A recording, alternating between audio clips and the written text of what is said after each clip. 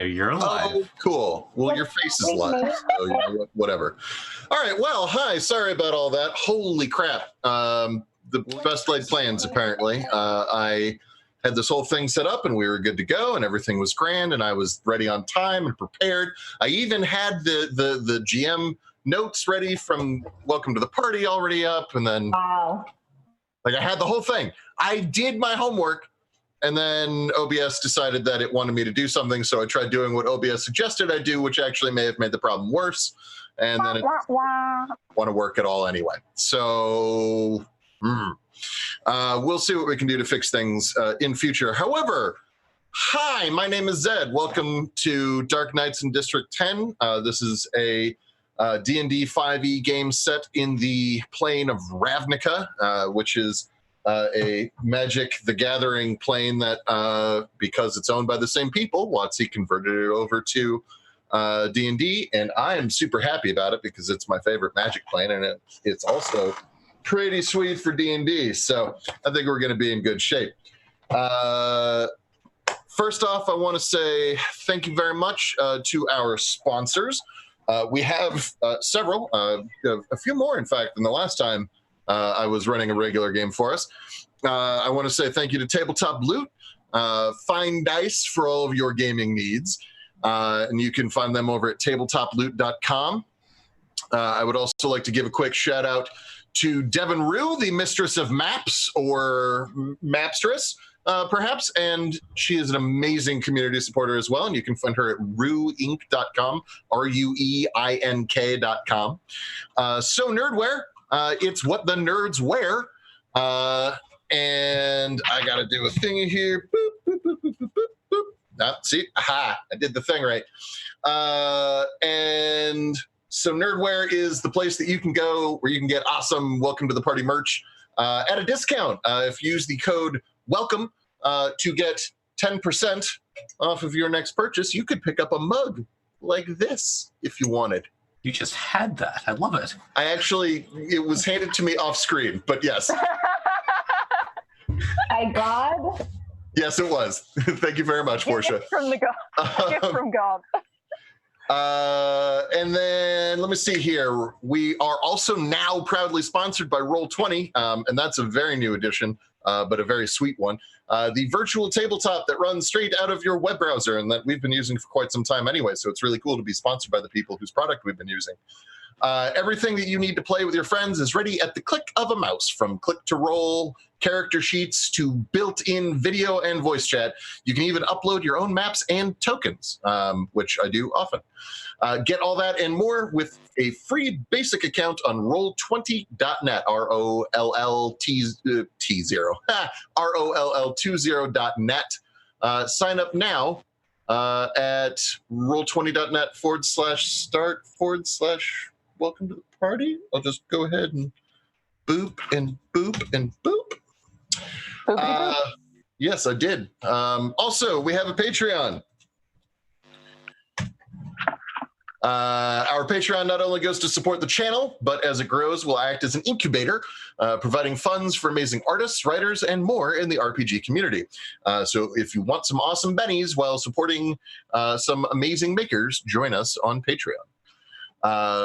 As well, subs and bits. Remember, you can give our players benefits with tier 1 and 2 subs, and every 500 or 1,000 bits gets the players a thing.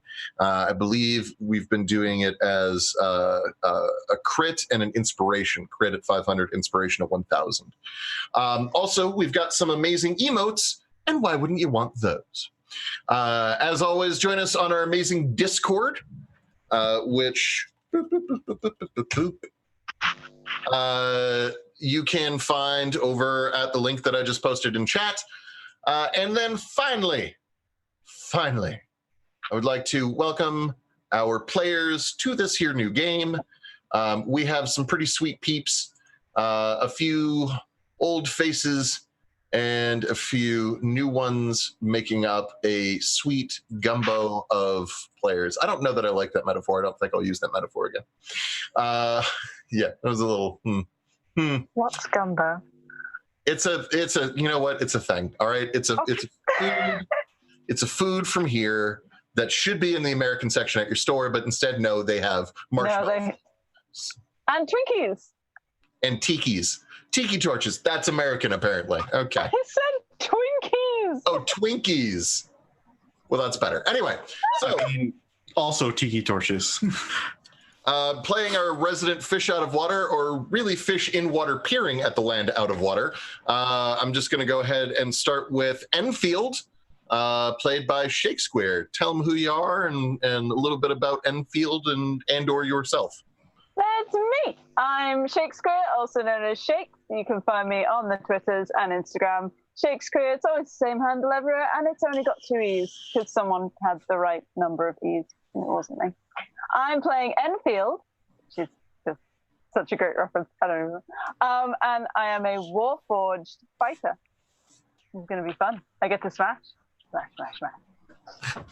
And also basically be Johnny Five, but, Ravnica. Yeah. Warforged are not common in Ravnica. They're, in fact, not in the usual book, but we are allowing it with a few modifications to the backstory that will become clearer later. Next up is Dwyer, a.k.a. Queeby, or Quibby, or Queeby, or Cubit, or... Hi. Woman in my name. That's me. Danger Grandma. Danger Grandma. Thank you. That's what my friends call me. I am Queeby at Twitter, Instagram, all those fun things. But for some reason, my Discord is Qubit. You're welcome for making that easy for you. I'll be playing Dwyer, who is an Athmar Paladin. So I have to potentially not smash things as often, which will be interesting coming from our last game. Oh, did we mention guilds, by the way? Enfield and Dwyer, what are your guilds? Oh, Enfield is a member of the Is It League. League. All right, League. Sorry, the Is It League. As is Dwyer. Guild pals. Yes, Friends. We go way back. Oh yeah. we may have to alter that. Yeah. Okay. All right. We'll see what happens. Okay. Next up is Solyndra. Pretty sure I'm unmuted. I'm Nav. You can probably just catch me on Discord most of the time. Navuti. Solyndra is a wood elf rogue, and she actually comes from the Gruul clans. Which is pretty sweet. And you said Gruul, rogue, half elf? Elf. Wood elf. Elf. Full elf. Wood elf. Excellent.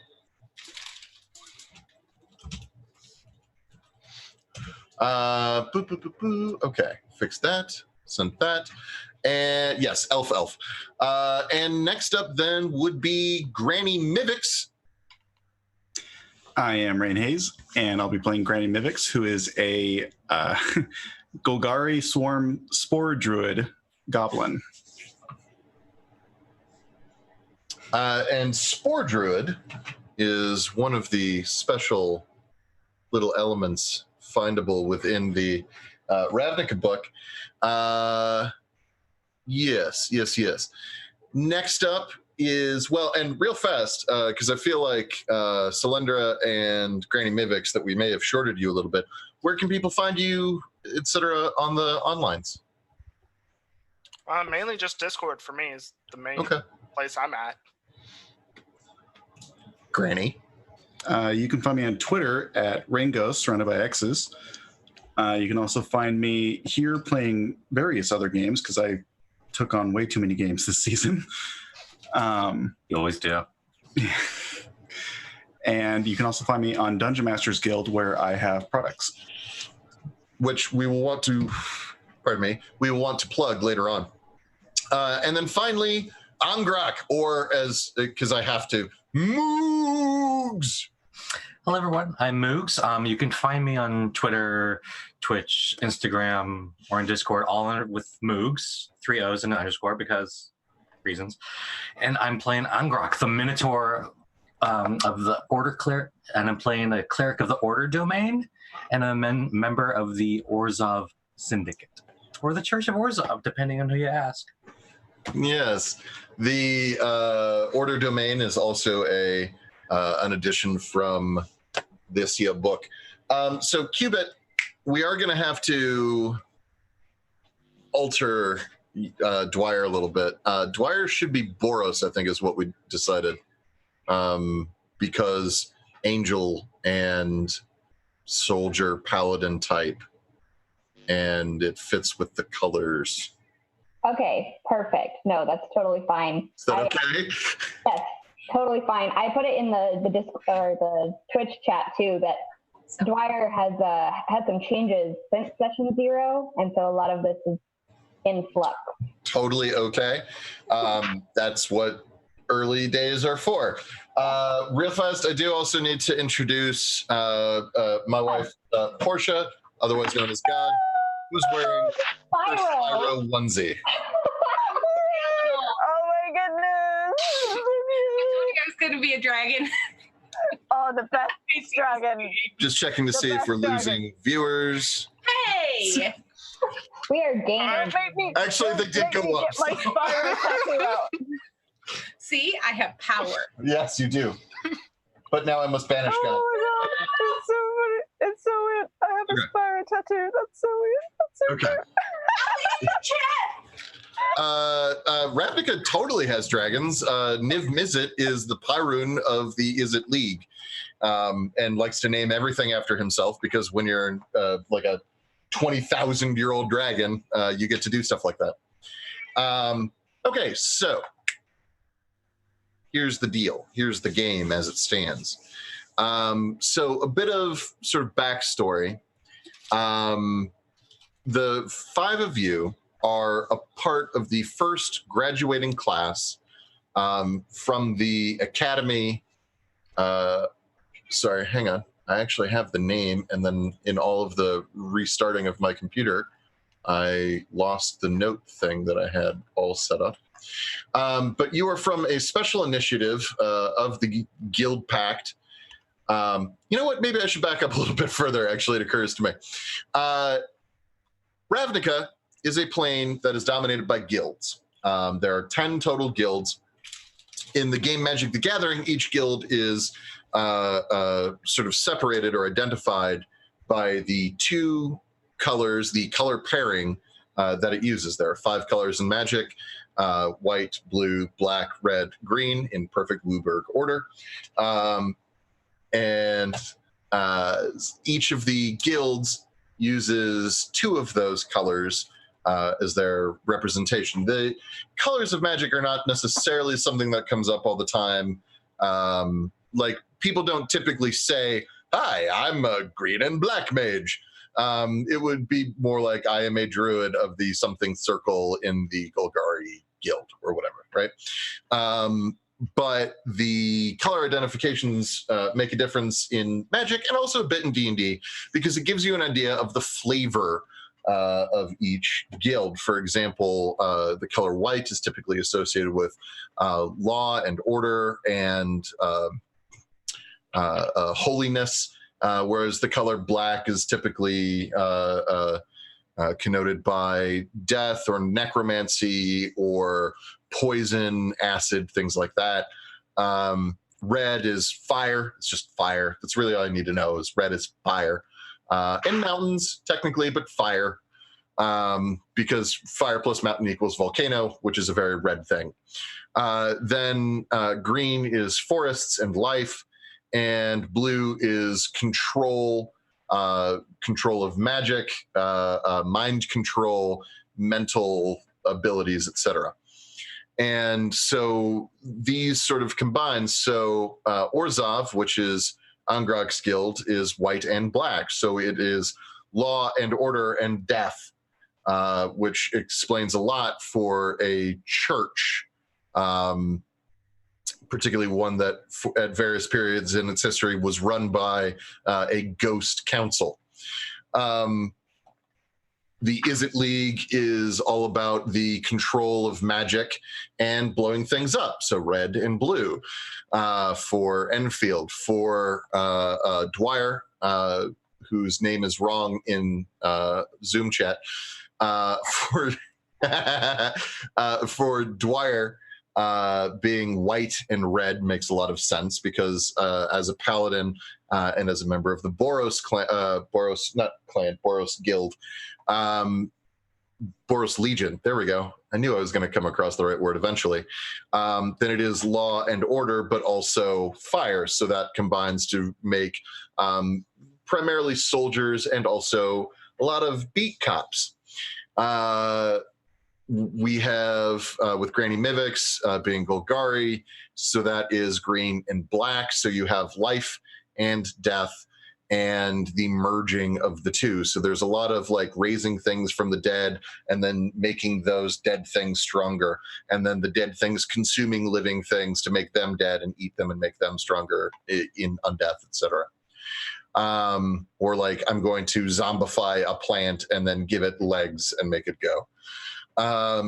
Then we have Selendra, who is of the Gruul clan.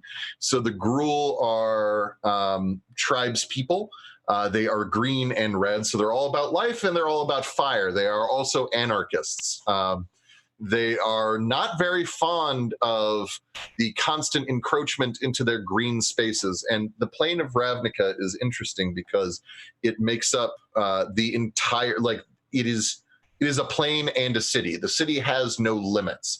Everything that we'll be doing, or at least most things, will be happening within District 10, which is the primary known area of Ravnica. But realistically, Ravnica's city goes an infinite distance. No one has ever been to the edge of it. Or if they have, they certainly haven't come back to talk to anyone about it. So there are green spaces within the city. Think of it sort of like a multiple central parks sort of scattered about. Very big areas full of green, but then entirely surrounded by more city. What? Huh? Okay. Sorry.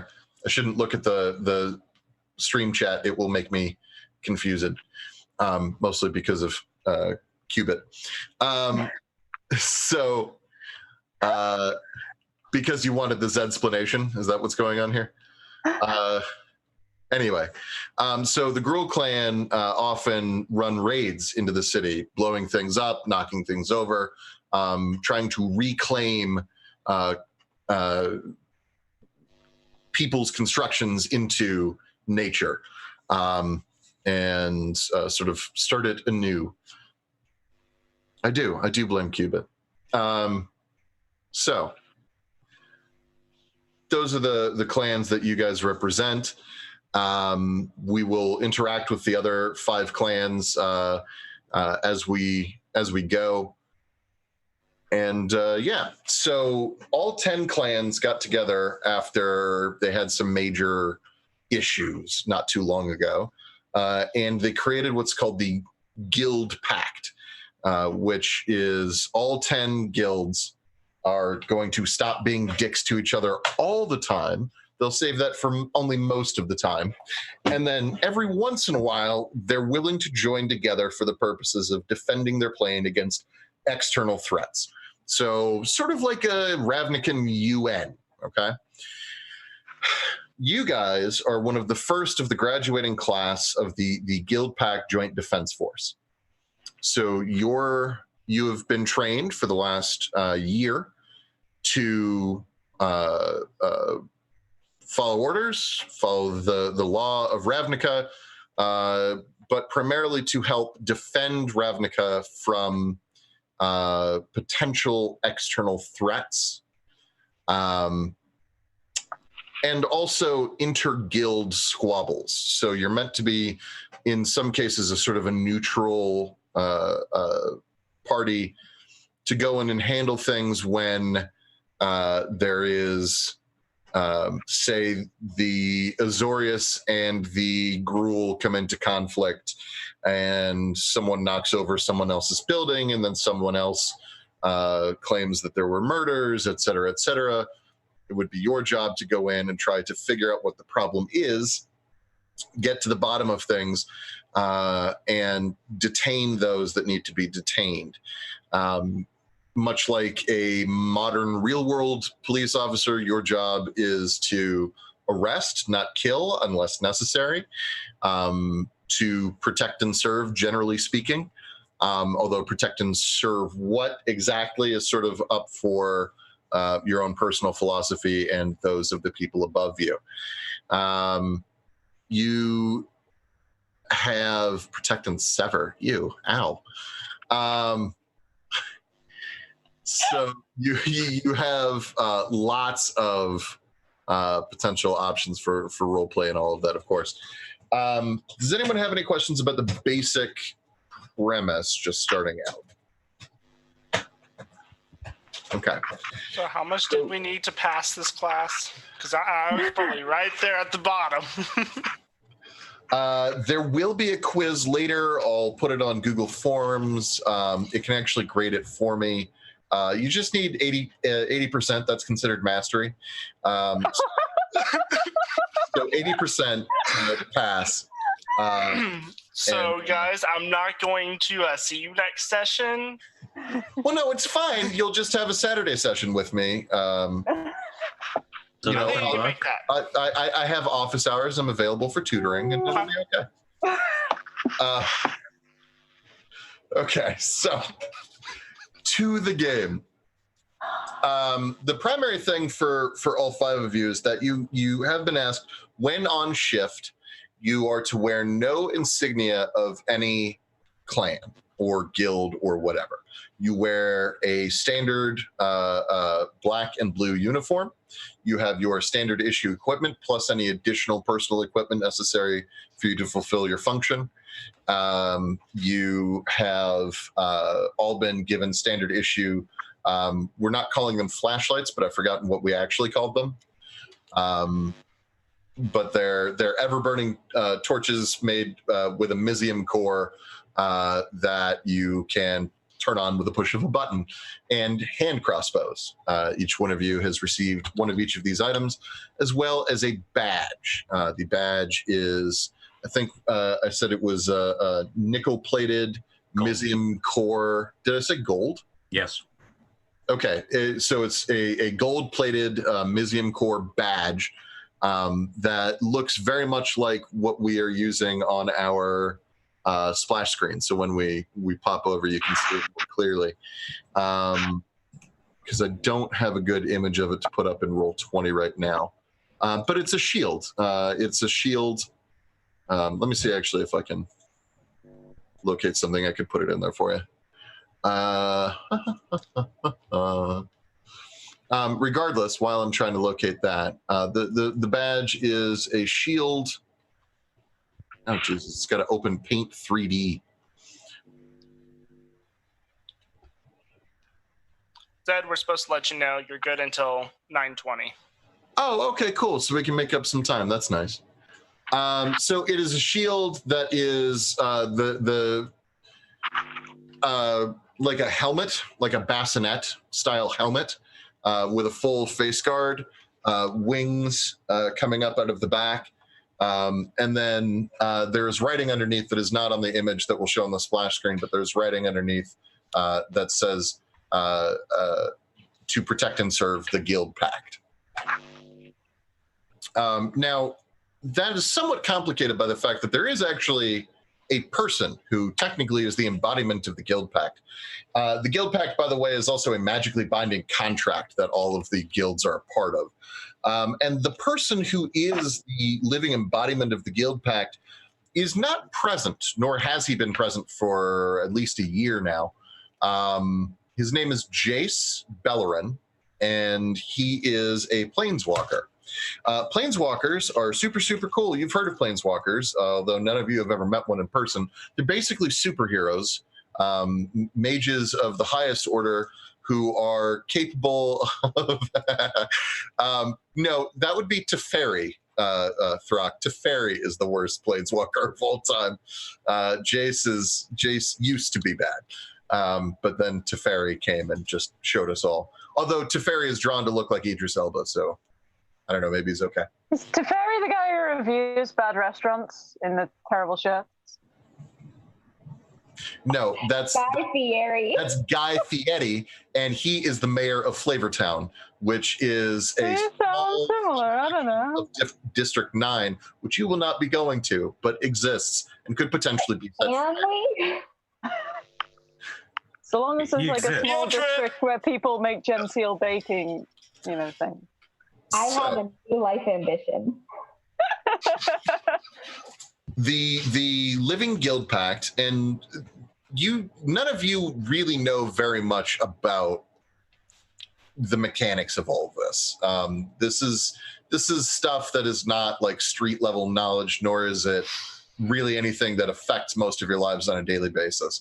What you guys would have noticed is about 2 to 3 years ago, all the guilds went fucking nuts.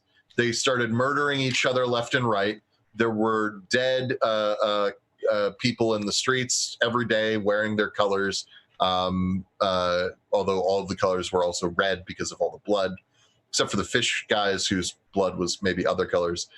And then all of a sudden everything was calm, and something Living Guild Pact, Jace Bellerin, something is what most of you would have heard. Slender, you would have heard a little bit more. And you would know that the Living Guild Pact has all of the magical force of the binding contract that is the Guild Pact. So if Jace Bellerin shows up and finds that someone has been naughty, he can potentially force them magically to comply with the law of the land. Which he basically gets to write at whim. However, he's not been around.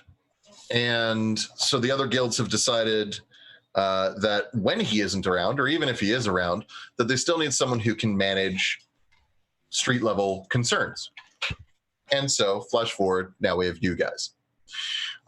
You're going to be put up in a former Azorius precinct house that will, and if you take a look at roll 20, you can see a map. So there are, 5? Hang on, let me zoom in here. There are a number of precincts, and you guys are actually going to be basically at the center of them. There are 6 precincts, and if you take a look, you can see where there's a wall, sort of a juncture between all of them. Your precinct house is technically in precinct 1, but you have, there's a series of gates that you can use to exit into any of the other precincts, except for 5 and 6, because those you have to actually travel through precinct 1 or 4 to get to. But from your precinct house, you can get to 3, 2, 1, and 4 without having to go outside. Tin Street is where an awful lot of trouble comes from. Tin Street is known as a kind of a rough area. There's a lot of crime there. There's a lot of goblins, and we try not to talk about them too much. What are you seeing on the map? Yeah, same. You guys aren't seeing the map? Nope.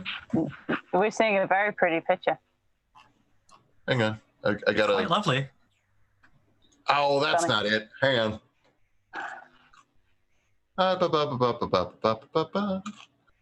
This isn't it yet either. I just have to scroll. I was There you looking at go. a pretty picture going, oh, that totally makes sense. I see it now. was just gonna I'm just gonna refresh and see if it's just me. So you guys should be able to see it now. Hey, This that's a makes map. more sense. That's makes more sense definitely now. a map. Yeah. You said you were zooming in, so I was like zooming in. I'm like, can we like see like any writing? in this picture? Right? I was like zooming in on that little picture going, You know? where is Where do you it? see? There's a wall in there somewhere, I think. Oh, I see 10th Street. I see a thing. I know where I am now. I'm in the Yeah. map. So what I'll do, I'll even put a thing. Ooh. So where I am pinging right now, the blue, your district house is located, yep, right there at the base of that wall. Good job, guys. That was actually really pretty. Team effort. Pinging in unison. So that is where your district house is, okay? Or your precinct house, rather.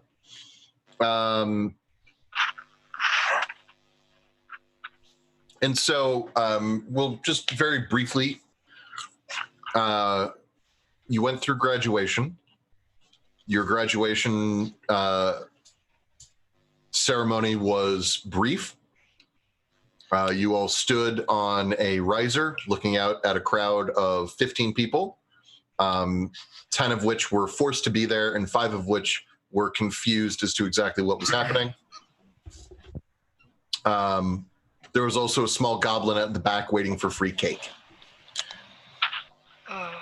He was disappointed there was no cake. He thought it was a wedding. During your time in academy training, you weren't taught much that you don't already know how to do. The primary thing that you were all taught was investigation and de-escalation tactics. So you know that your first job when you enter a conflict is to try to calm everyone down, separate them if you have to, and then talk to the people involved. If instead there is no one to talk to because the people are already dead when you get there, then your job is to attempt to recreate the events of the scene, determine guilt or possible leads that may take you to a perpetrator, find and apprehend the perpetrator, bring them in, lock them up.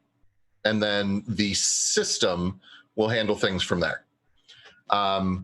You are not really taught much of anything about the law. Legally, you're allowed to do nearly anything as long as it is considered a part of official business. However, it should be remembered that people who have a lot of power are more likely to cause you trouble than people who don't, because you do still have bosses that you answer to. In your precinct, primarily, you answer to Sergeant Jackson. Sergeant Jackson is a fairly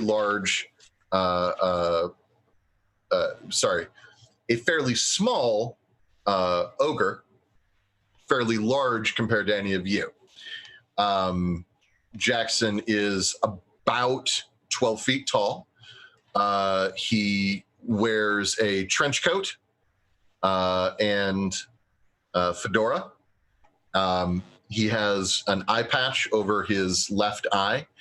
Underneath the trench coat, he wears a solid steel breastplate and chain leggings.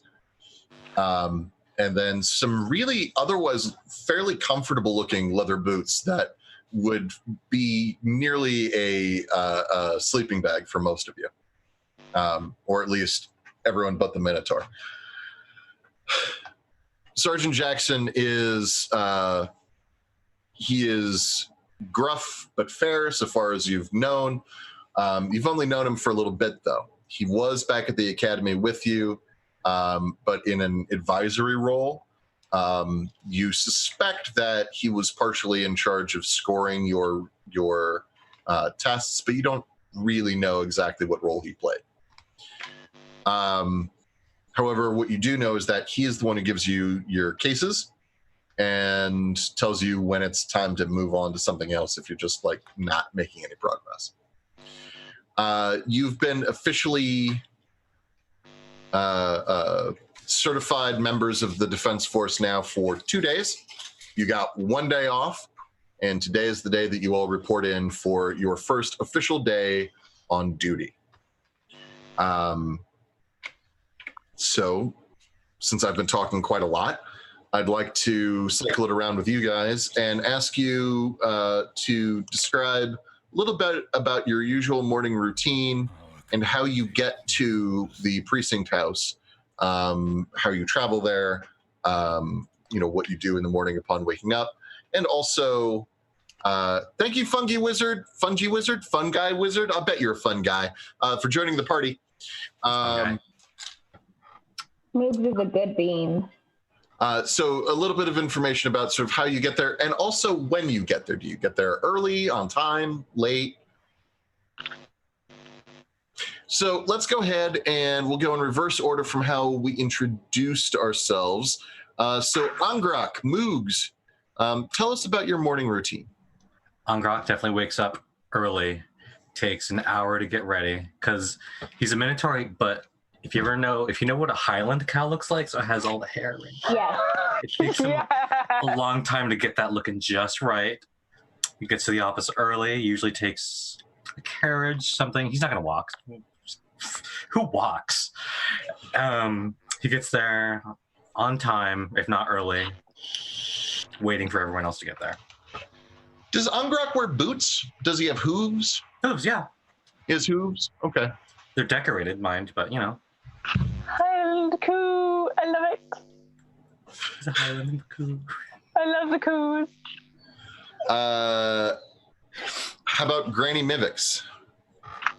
Granny Mivix has a ritual that she does every morning, which involves getting dressed, getting her version of clean, which largely involves just getting everything that collected on her in the night off, feeding her pet spider, and nobody on the outside sees any of this because when she actually rises to get up and get out, she rises from a junk pile, and the moss that had grown on her mushroom cap hat just kind of tears away from the top of that junk pile. And she probably gets there early just because she's using the underground and knows how to get everywhere from there. Mm-hmm. But she doesn't hurry herself. Okay. Does she get there on time? Or no, you said early. You said early, that's right. Okay. Does she bathe in the mornings? Her version of it. Okay. I mean, she lives in a sewer, so there's only so much you can do. Fair. Okay. All right. Excellent. Cylindra, what is your morning routine like? Just get ready, brush my hair. I do the whole oh crap, I'm supposed to be there in 5 minutes. I live 15 minutes away. And then just try to do the whole Aladdin chase scene, trying to get there going, crap. Was it left? Was it right? I think it's right. I definitely end up late. Okay. Late, out of breath. Yeah. Hair's the 10 minutes I spent trying to make myself look presentable is now my hair's all windblown, messed up. I'm like, morning, guys. Okay, excellent. Private Slenderer reporting for duty. All of you, by the way, have a rank. And as it stands right now, you are all inspectors. Yeah? Literally Inspector Gadget, I'm sorry. Yeah, in many ways. Although, okay, Dwyer, what is your morning like? Oh, and just for a little bit of help, the Boros home base is a gigantic anvil that is constantly covered in molten lava. Okay. That also is capable of, but currently is not, but is capable of taking flight. Dang, that's pretty cool. Okay. Well,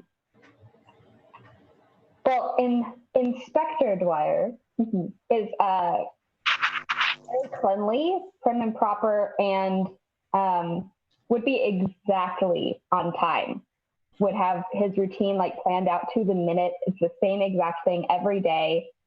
Get up at X time. It takes exactly 2.5 minutes to complete this part of the routine. It takes exactly another 45 seconds to finish tying his hair back into a low ponytail. It takes, he knows exactly how to get where he needs to go in exactly what amount of time. And so he would show up exactly on time, which is exactly when he needs to.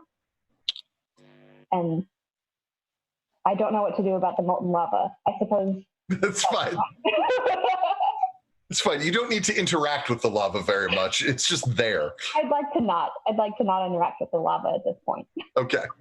And then finally, Enfield. Enfield has probably been standing outside the precinct all night because they don't sleep and they don't really need to do anything. So it's a case of just waiting for daylight to come and everyone else to arrive because this is where they're supposed to be. So they've just kind of taken that stance of, guard in a fluffy hat outside the palace, just waiting for people to show up, watching people walk past. Sometimes when people walk past, and it doesn't happen often, because frankly, most people here are busy, but every once in a while when people walk past, they do a bit of a double take. Here's a question for you. What color are your eyes?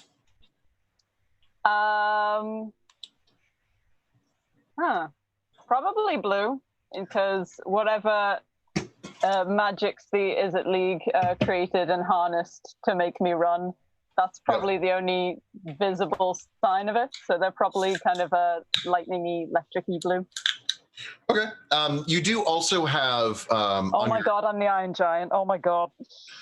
Across, you're not so giant, but you do have a variety of sigils as well that crisscross your body, and those sigils glow the same color. Although there is they are mostly blue, but there is a sort of a red to almost purple twinge at times, and it'll sort of flare across if you're just standing there staring in a mirror at your shirtless body, which doesn't, I imagine, happen all that often, but it is a thing that occurs.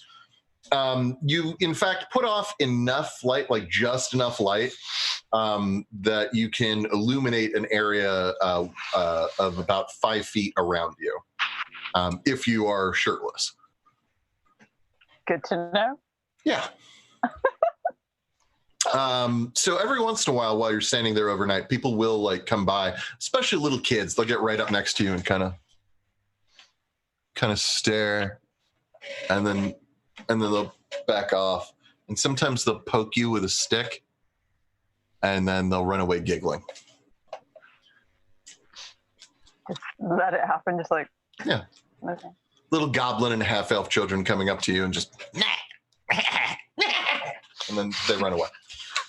Kind of confusion, just like that won't. Some of the goblins aren't children. Okay. Confusion, because it's like if that was supposed to hurt, you didn't do it hard enough. So, okay. So morning comes, evening comes. Your shifts don't start at 8 a.m. They start and yeah, I know it's a whole other plane, and so in theory they wouldn't use time the way they have a 24-hour day. Let's just say that and move on with it. I'm not looking to quibble over specifics that nitty gritty. Give me your car keys. Apparently, I need to get a portion of my car keys. Your car alarm is going off. My car? Oh, I must have hit it against the thing.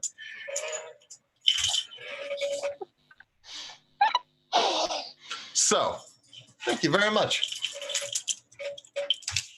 God demands the keys. Yes, well, but God demands tribute. You listen. Unless it's my firstborn son, in which case there's a whole story already about all that, and I could just check the papers to see what it says. So, with regard to your shift, it starts more towards evening begins. So you guys are scheduled to come on at 6 and work till 6. It's a 12-hour shift. You do this 4 days a week, and you'll switch off with another crew that is just about finished up as well. Their graduation day was set to be like a few days after yours. So the way it's supposed to work is that you do 4, they do 3, and then you switch from time to time. But no one's been able to work out exactly when the switch happens without making it so that someone gets stuck working 7 days in a row. And since no one wants that to happen, right now it's just 4s and 3s, and that's how they leave it. Any cases you begin need to be wrapped up by the end of your 4-day stretch. Otherwise, they are turned over to the next squad, who may or may not sweep them under the rug so as to get their completion rate higher. You're not strictly speaking in competition with them, but at the same time, you want to be better than them. We are. Yes, exactly. You're the first crew to come through this process, and it's been sort of drummed into you how important it is that this go off smoothly. No one wants any complications. And the word complications is often stressed with sort of ominous undertones, so that it is said, complications, at the end of any sentence in which it comes up. So it is 5 o'clock now, and all of you are there except for Cylindra, who will be there soon. And Sergeant Jackson is standing inside, staring at a clipboard, looking down at the door, waiting for you guys to walk in. Like right on the time we're supposed to be there. Enfield just turns and walks in. Angrok's gonna walk probably before Enfield, I think. Just walk in. I'll walk in behind Enfield, just staring up. I'll poke it with my staff. So I have changed your view, and it should have done it properly this time. I should have done it properly this time. So that you can see, this is a map of the precinct house. You should see, what? The void. Fog of War. Oh, god damn it. Why is that even... Well, I don't have night vision, so... No, hang on, let me... That's so annoying.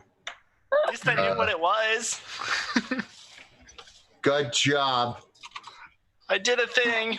Reveal areas. I clicked reveal areas. Did that reveal anything? No. No. Reset fog? That's just going to cover it all again. I know. And then reveal areas. And then it should be... Oh. Wait. What? It says the Fog of War feature isn't currently turned on for this page, so hiding or revealing areas will have no effect. Do you want to turn it on? I guess turn on Fog of War. And then and then I reveal. Can you see things now? No. What do you guys see? Just a black void. screen. The void. Have you tried zooming out? Yeah, I'm as zoomed out as it gets. Okay. It is a There small we go. We saw Okay. something. Well, I just changed it. Can you see it now? Void. Now it's a void and slightly a portrait orientation. What the fuck? Endless void. Hang on. Maybe Through darkness, my old friend. technical difficulties abound for us today. I am. It's pretty on brand for us. I swear to God, I'm doing my best. Now, do you see anything? No. How about now? Why is it not letting me? Number 1 or number 2? Why? I don't understand why it's not letting me change the. Let's talk about tabletop loot here for a second, guys. Well, Never mind. I'm just gonna go back to the district map and We'll figure it out later. We don't need to know what it looks like. it looks so. It's a big stone use building. Imagination. It is a big stone building. Everything is gray cut stone slabs that have been stacked together in most spots, and in certain other places it turns into properly cobbled brick. Black screening happens when something is minimized, but nothing is minimized. So, okay. Whatever. You guys aren't helpful.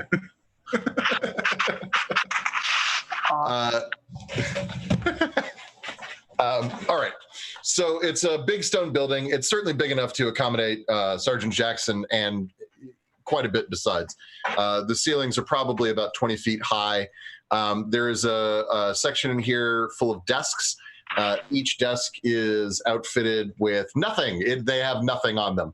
But there are drawers available for you, and you're fairly certain that you could probably steal a quill and ink from someone if you really needed to.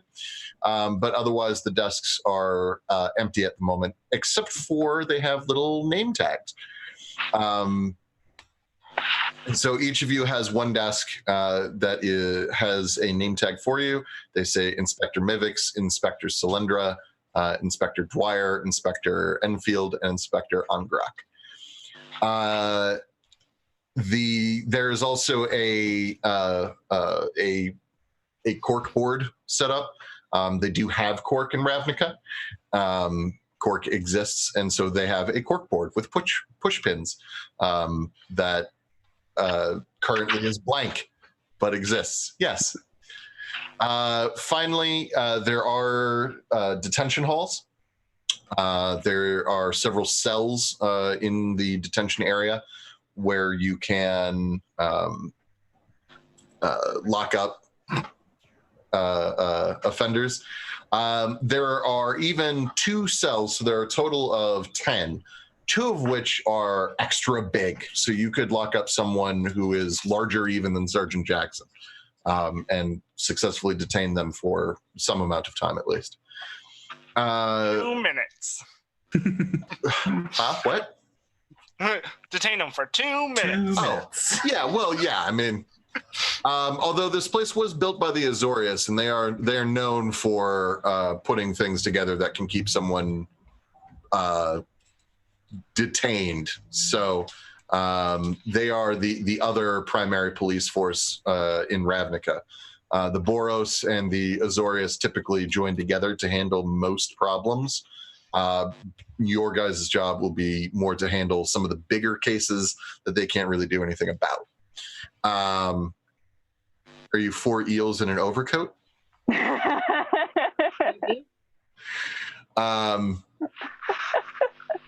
Okay, good to know. So you're Simic. You're secretly a Simic. That's good to know. That would be 4 eels in an overcoat with lobster claws. Yeah. So Part of the ship, part of the crew. anyway, so you have detention areas, and then there is also a garrison where you are able to sleep. This is available, A, for anyone who doesn't have anywhere better to sleep, and B, sometimes there will be moments where you shouldn't sleep in your homes. The nature of your job has been made pretty clear to you that one of the potential issues is that you may be seen as a traitor to your own people. It is possible that you will be involved in cases that will go against your house, which is also why you're not supposed to wear any indicators of guild loyalty. So if that happens, it is generally recommended that you not go home, particularly if you're an agent from the, say, Demir, Gruul, Golgari, or Rakdos. Or Rakdos, especially guilds. They will urge you strongly to consider staying overnight rather than going anywhere near home. Okay, so you walk inside. Cylindra has shown up by now. Jackson has been waiting. If anyone asked him to begin, he says, "No, I wait for the entire team." And then he will stand there, tapping his clipboard, angrily staring at the timekeeper on the wall, waiting. I'll show up like 5 minutes late, out of breath, just panting. And Dwyer turns to Solyndra and is just like, "You're late." I took a left and I should have took a right, and I went up and should have went down. It's been a day. Fine. In a way that clearly indicates it is not fine, but he's not going to spend more time on it. Sergeant Jackson, you don't know. He's going to tell you. All right, listen up, inspectors. I have been told that you are to handle cases of a more sensitive nature. However, I've seen most of your results from the academy, and I'm not yet ready to send you along to anything truly of concern. We'll begin by trying something more simple. So, there is an academy of magic not too far from here, just at the head of Tin Street. It is not one of the more frou-frou endeavors that is run by any specific clan or house, but instead is meant to be guild agnostic. We suspect that it might be run secretly by the Is It League, that they might be siphoning things off of the students somehow. We're not sure. What we do know is that last night there was a murder. We think it was probably one of the other students, but to be honest, we have no way to be sure. That will be your job to determine. Find and apprehend the murderer, bring them to justice. That is your job. Do you have any questions about your basic mission? Good. I'm just looking at everybody go like, he's already mad at me. I ain't saying crap. It's been a long, yes, Dwyer. Do we have a point of contact at the Magic Guild already? Yes, the headmaster of the school. Her name is simply Auntie. That's what everyone calls her. I'm certain she has a real name, but that's what we were told to have you ask for. Granny, you can meet Auntie. It'll go well, I'm sure. Do I have any daughters? What? Well, if I'm Granny, she's Auntie. Ah, I see. Do you have... Never mind. I don't care. So, the one thing I would like to make sure that you are aware of, because of course I don't want any of you dying on the first day.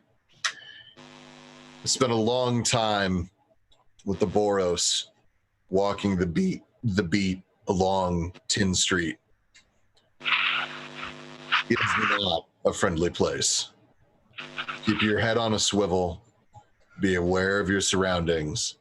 Make sure that your coin purses are tucked away out of sight. And remember that if you kill a goblin there will be 20 more showing up later to seek revenge or payment or both. Understood? Understood. Yeah, those goblins are bastards. We will see it done. Good. Report over to the academy. Report here once you are done inspecting the scene and have gathered any relevant evidence. Dismissed.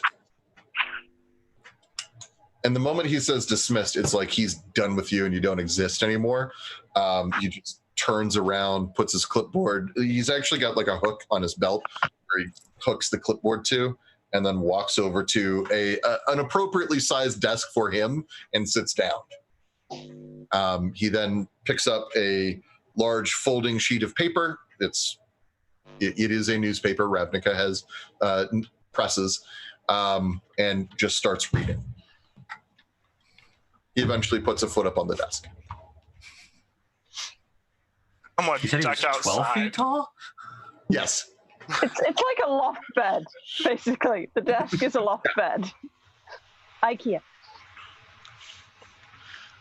So, what would you guys like to do? You have been given a mission. You could go straight there. You could head over to the requisition bay and see if you're able to requisition any special equipment, perhaps. You could head down to 10th Street and just sort of look around first. There are options even beyond that. It's really up to you guys. I'm going to go to my desk and pull off some moss off my hat and just start spreading it along the desk. In contrast to that, I have a small handkerchief I pull out of my pocket, and I clean my desk off before I go to requisition. I would have done that while waiting for Cylindra to show up, just polishing the nameplate and everything. But otherwise, requisitions. I will go over to the desk, pick up the nameplate, read it, and put it down. I'm gonna cast Prestidigitation on myself, so I'm not as bad as when I walked in. Sure. I'm going to like duck out and actually get a decent view of the street going, okay, need landmarks. Okay. I'll start with Angrak. You said you head over to the requisition area? Yeah, Dwyer and I are both going to think. Yes. Okay. Yeah. So you head over to the requisition bay. It's down the hall, to the left, to the right, to the left. And at the end of the hall, there is a chain link fence with a small cutout area. There's a very heavy adamantium door next to it, with some pretty strong looking locks, it would seem. And on the other side of the fence is a goblin who is wearing a bandana tied around his head. The bandana is gray and covered in oil stains. And you suspect that he probably uses it not just as a head covering, but also to lubricate machinery.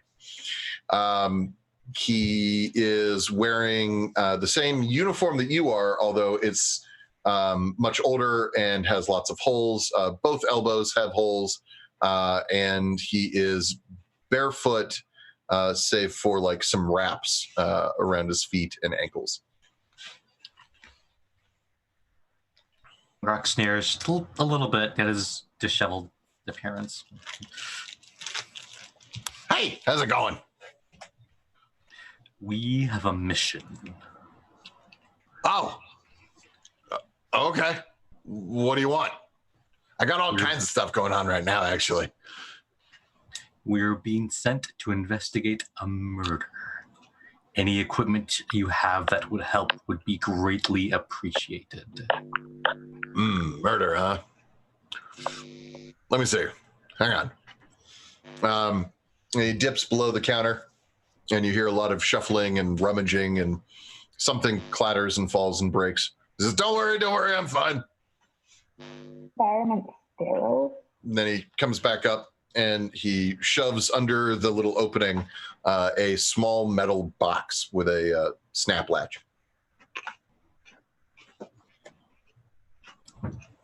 Small compared to Dwyer, small compared to me.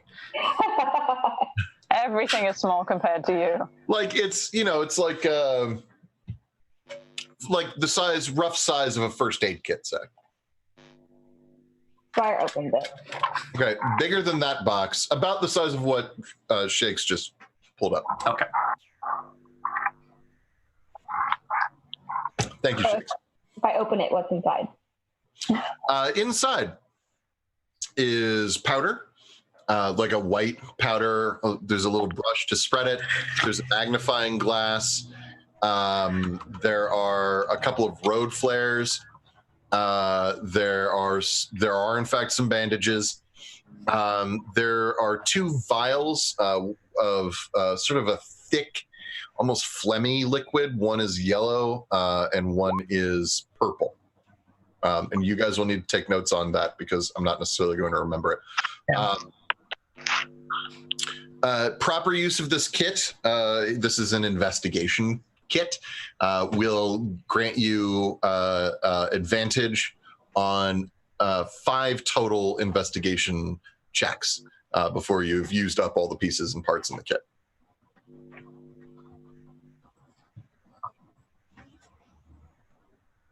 Is that all? What else do you want? You just said you got to go investigate a murder. Most of the stuff I got here is for making bodies, not detecting what happened to them. Do you have anything for sterile evidence collection? Oh, yeah. I got that. What do you want? You want vials? You want sacks? At this point, could we have a little both? Sure. Yeah, I can do that. Hang on. And he waddles away and he goes down a stack of goes down a little aisle of items. And he's like, no, that's no, you want the standard 5/8. All right. Okay. I got you. And he pulls down a bunch of glass flasks and a few burlap sacks. And he just carries them over and he says, I don't know. Here you go. Thank you. All right. Anything you break gets deducted from your pay. Understood. Okay. I got your badge numbers. Does he? You didn't see him take them. I accept this as factual. Okay. Thank you. All right. And then Naga leaves. Good. Okay. Well, good luck, recruits or inspectors or whatever you are. Dead men walking. He turns away to go clean something. Dead men don't typically walk.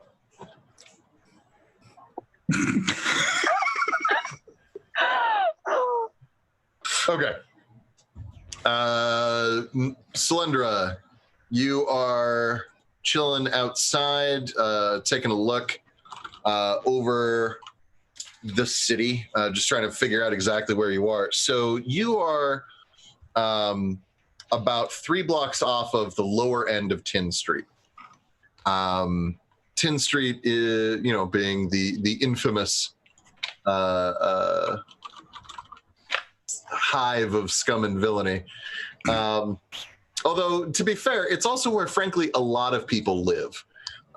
Tin Street is where a lot of different groups of lower class or otherwise, sort of marginalized peoples end up. Hey, one sec. I'm just sort of double checking myself on something. So Tin Street is technically, I'm pretty sure it's technically a part of Precinct 1. Although I should probably check on that because it matters for who is in charge of it. But I want to say that it is Orzhov.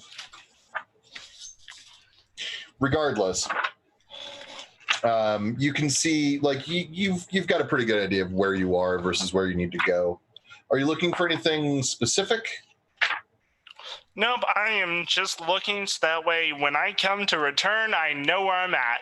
I don't make a left when I should have made a right. Okay, fair enough. Here we are. Okay, so it's not technically part of Precinct 1. So then maybe it is part of... 6. So 10th Street might actually be part of Precinct 4.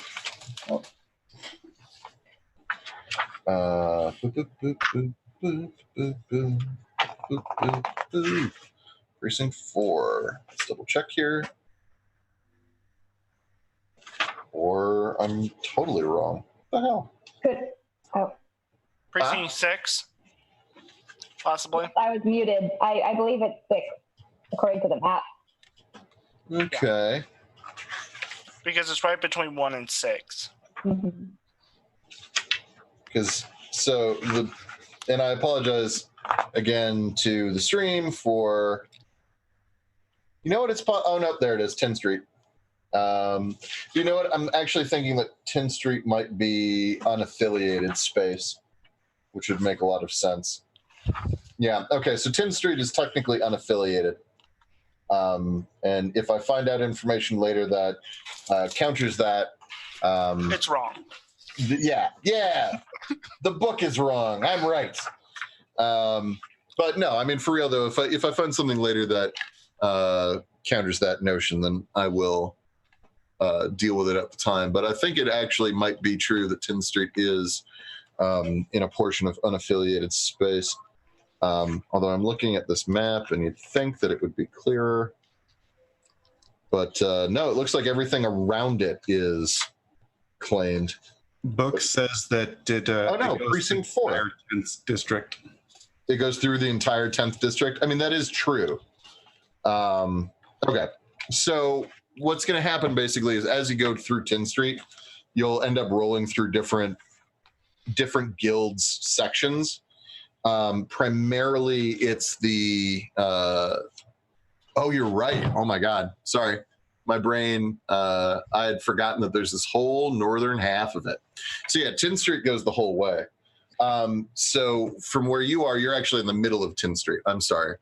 So if you see where it's marked at 11, that is not quite where you are on the map, but that's roughly where there's like a pretty big change up, like right around here. It's almost like a big tunneled area. People have a marketplace there. So from where you are, which is more like over here-ish, right? It's not very, oh my God, but I can take your privileges away. I don't want to, but I will if I have to. I will turn this whole stream right around. What? Sorry, sir. That's right. Take it, Donald. Misbehaving PCs. So 10th Street goes through the whole thing, but the area that you need to go through is mostly Is-It. Yes. Or is it? It is. Any other questions before you move out, or any other actions before you go? I'm just going to wait outside for everybody to kind of wander out. Yeah, if I see Slolendra leave, I will just go stand outside. Okay. Just wait. Slendra's standing outside looking at stuff. No, we'll just go stand next to them. Okay. What is Granny doing during this time? Nesting? Pretty much. She's like smearing some random thing that was on her clothes onto the desk so that the moss can feed. Okay. All right.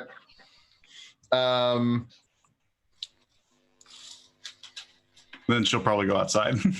Okay. So you head outside, and eventually Dwyer and Angrak come out as well. So the whole group is assembled and ready to go. How would you like to get from point A to point B? Where's B? So B, so you're going all the way to the other end of 10th Street, or at least to an end of 10th Street. So if you can see on the map where I am blinking in between 4, 5, and 16, south of your, yes, correct. You all have it now. So that is where you guys are actually headed. And the academy is just off of 10th Street. So will it take long to walk? Well, that really depends. So on a good day, you could probably get there in about an hour. If there's a Rakdos Carnival that's getting ready to start firing off, or there's a big market day or some other event that could slow you down. We could take a shortcut. What would that be? I'll just point down. We could catch a carriage. That way, We're going to go ahead and flag one of those down right now. So sounds like a hard pass on Granny's assistance. I'll look at Granny and just place my hand on her shoulder and be like, another time, dearie. Take my Which hand would away. be faster? No, never. The shortcut. And take my hand away going, okay. That seems more efficient. Why don't we do that I'm okay with the shortcut. if it's faster? Whatever is faster. But at what cost? Just looking down at Granny and just being like, is it faster? Yes. Is she telling the truth? That would be an inside check. Just to make this clear, I'm going to show this. First roll. You didn't need to show that. You shouldn't have shown that. Don't show that. Get rid of that. What? No! Show that? Well, so Oh, weirdly, no. you made it with advantage by accident, but Granny Mivix does seem to be telling the truth. At the very least, Granny believes that it is faster. That's how I got here. Faster is better. Actually, looking at the map, is that over by... That's by the chasm. That's where she lives. Yeah. Oh. Okay. We'll take your shortcut. It could be faster. There also could be unknown delays. We don't know what's under there. I do. We don't know what's on the street either. Unknown delays are, by definition, unknown. Listen, the worst thing that could happen is a flooding. And I don't think that's going to happen. What time is it? Not the worst thing that could happen. It's like 6. It's about 6:30. It shouldn't happen for another hour. Dwyer like starts rolling up his pant legs. All right. Let's And Phil just go. checks their compartments, make sure they're like sealed. Watertight compartments. Don't have pockets, I just have, compartments. Making Yes. sure they're all shut. Lead the way. Okay. So you are able to get there so twice as fast. It works very much like the, I think it's the urchin background feature. But in many ways, I think it's better because you get to go through the sewers. Now, you do have the possibility of encountering something awkward. So as you head down, I'd actually like for Rain, would you please describe to people what it is that you're leading them generally through? At first, it looks like just a typical low ceiling sewer system, which is probably going to be awkward for Ingrek. But it kind of, as you progress, it kind of widens out into a more cavern area. And you can see along the edges areas that have been reclaimed by Golgari. So it's very, very mossy, there's detritus everywhere. There's a smell that is not necessarily the sewage you were expecting. But there are like known lanes through all of it. And Granny walks very confidently along the way. The sewer paths every once in a while will branch off. Granny doesn't take any of those. If you look down them, sometimes they're lit by, sort of glowy green mosses or torches or some of the ghost flame tech that you guys are using for your flashlights.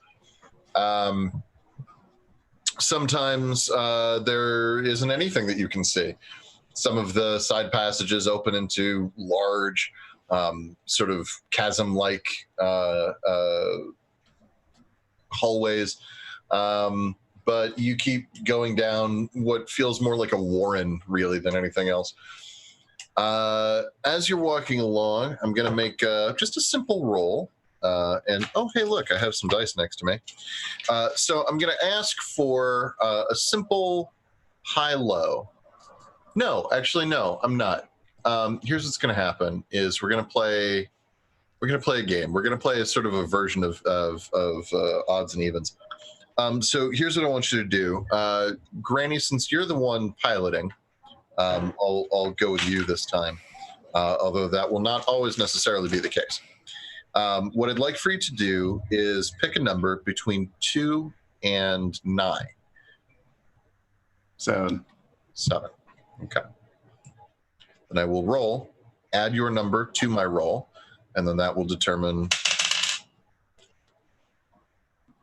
Okay. As you're walking along, I need. What are your passive perceptions? That's something that I will, for next game, have written down ahead of time. But in the short term, I'm just going to have to ask you for. 12. 13. 14. 13. Okay. Dwyer, do you know yours? Oh, am I muted? Yeah. What? Yeah, cut off a little bit. What Mine is is it? 10. You said 10? 10. Okay. Who said 14? Granny Mivix. Oh, good. course. Well, that makes sense. You hear something fairly large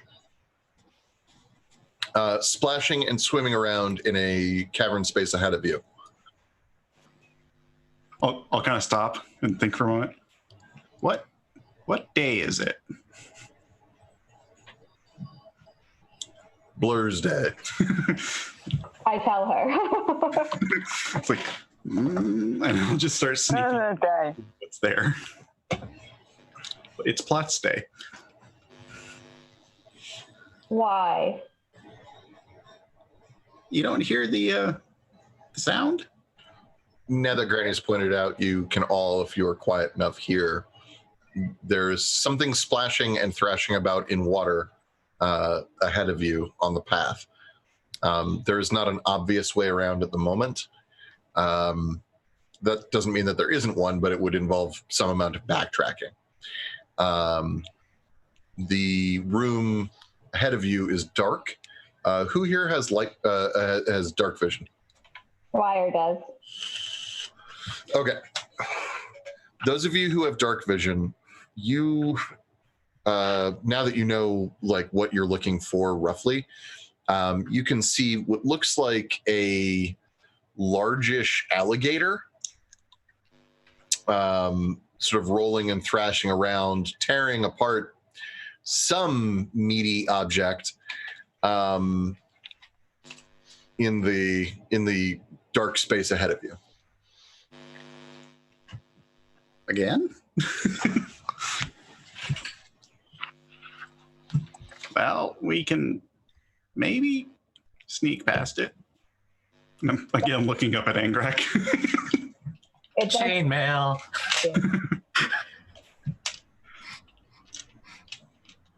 What was that, How- Dwyer? I think it got lost. It does seem to be distracted.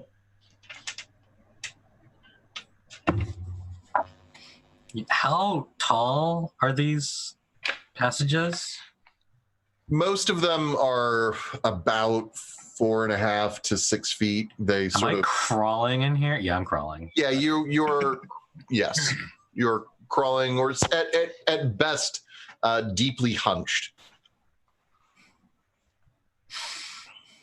So I'm already kind of sneaking a little bit, just trying to. You squeeze know, in. you know that the passage ahead of you, where this thing is much larger. Good. I'll look at. Well, I vote that we keep pressing forward. We did take this way to save time. Backtracking would negate that. I agree. I agree. We have somewhere to be. Like, if he notices us, I'll just talk to him. Maybe he's cool. Inspector Granny Mivix, you are full of surprises. Let's continue. Okay, so My you mother said. press forward. What's your rough marching order? Who's first? I'm probably first since I know where I'm going. Who would be directly behind? I would like to be towards the front with dark vision and whatnot. I'll be in the back watching our tail end. Okay. I'll be in the middle then. Just Okay. uncomfortable. Yeah, I'm in the middle. I hate this. Okay. All right. So you pop your head through Granny. Are you sneaking or not? I am sneaking. Give me a sneak roll. Okay. It's too late to cast a spell, I guess, isn't it? No. Okay, I'm going to cast Pass Without a Trace before I do that. Okay. Now, Pass Without Trace is it doesn't make you sneakier in the moment. It makes it harder for people to track you later, is my understanding. It's a plus 10 to stealth. Yeah. Yeah. Is it? They just straight up changed it then. Okay, that's fine. Great. Yeah. Excellent. I haven't had anyone cast that in a while. Because at third level, don't you also get access to invisibility? Oh no, you're a druid, so you don't get that. And Pass Without Trace is second level. Ah, okay, excellent. Yay! All right, because you're a third level character. Yep. Okay. Yep. Sorry. It's been a little bit. Okay, so you cast Pass Without Trace. Gives you some extra stealth. Sweet. Give me a stealth roll with your plus 10. Okay. And that applies to everybody within radius. Yep. So Within pretty much 30 everybody. feet. So anyone else who is attempting to sneak, give me a roll after Granny. Actually, I'm going to ask for rolls in an order. Ooh. Oh. Okay, well, Granny, 33 work? I have no idea where Granny is. hang on. Yeah. So Granny does a little cartwheel behind the crocodile, headed towards the next passage across the way. Crocodile not only doesn't notice, but has never known anything ever that was even vaguely related to Granny mimics. You know next- that you know that scene in Looney Tunes when it's the coyote and the sheepdog passing by? It's like, Red, hey George. I feel like that's Goblin going by Crocodile. A little bit. Dwyer. Technically a 16. Yes, technically a 16, and thank God for that. Dwyer, you start out moving, and what kind of armor? You're a paladin. Are you wearing what sort of armor? I do have like heavy armor, but Okay. So in your heavy armor, it may be plate, it may not be, but regardless of what it is, when you first start walking, it just makes this god awful noise because it was apparently like stuck on part of the wall for a moment. I like to think that maybe something dripped on me, which I like jolted away from. Sure. Regardless of the incident, as the spell's effects cover you more fully, the noise quiets down and you manage to make it across barely, but fine. On passing, Granny, you noticed, and who else had 13s? Okay. The two of you will notice as well that the crocodile has one large leathery bat wing, and its tail ends in a crab claw. Always with the crab claws. Yes, because what else ends up down here? Simic experiments. That's what I meant. I wasn't talking about you. I meant the Simic. It wasn't you. Anyway, so next up then is we'll say Enfield, then Angrak. Enfield, give me a stealth. So Okay. that's a 21. I don't know how to turn off advantage. It's not where it usually is. Okay, I know that there's a button, but I'm not going to mess with it right now. We'll fix all of these things in post, so to say, or rather in between sessions. If you remind me, I can tell you how to change it. Next up then, I want Angrak. Chainmail, disadvantage. 16. You are so lucky. You should thank Granny. So yeah, as you're going across, you also like you just can't keep from swearing about the size of the hole that you're in, and then you get out and you forget and you sort of groan like, oh, I gotta go in there. God damn it! But again, you're able to stealth past because of Granny's spell. Finally is Cylindra. Oh. Okay. 36. Yeah. Cylindra like pokes the croc's tail briefly and then just sort of does circles around it and walks past it. I'm just like prodding it as I go around it. Yeah. But yeah, so you guys are able to get past the crocodile just fine. You are now on the other side and in theory safe and sound. Question for you. Yes. Since I was poking its tail, did I find out if that crab claw was functional? Yeah. Oh yeah. No, it certainly is. Okay. Good to It is not vestigial. Yeah. So you make it to the other side just fine, and you are able to hop your way out, and you find yourselves towards the other end of 10th Street. The Academy. Oh, hi there. The Academy is pretty close by. You can actually see where it is when you get out onto the street. Yep, there's a cat butt. It is. Yeah, actually, Enfield, hang on. Wait. Nope, too late. Nope, wait. Yep. What? I was Yep. gonna have us take like a 2-minute break here in just a moment. So can you? Okay. All right. Yeah, I can. I'm fine. So you have to ask for a pass if you want to leave the classroom. I'll rate you one on a. We don't do that. We don't do that over here. Well, that's. I don't know. Anyway, whatever. So you guys come out and you can see the Academy, and there has actually been placed on the front door of the Academy. There is a yellow ribbon with black stitching, black like embroidery that does say "Defense Line, do not cross." And with that, we're going to take our break. So our break will not be very long as we started late. We will be back very soon. Hopefully, Thrak is around so that he can do that for us and put up the little "we'll be right back" button. Yeah, I'm here. All right, All one right, second. thanks. Okay, and Yeah. we'll be right back. You're out. Yeah. Okay.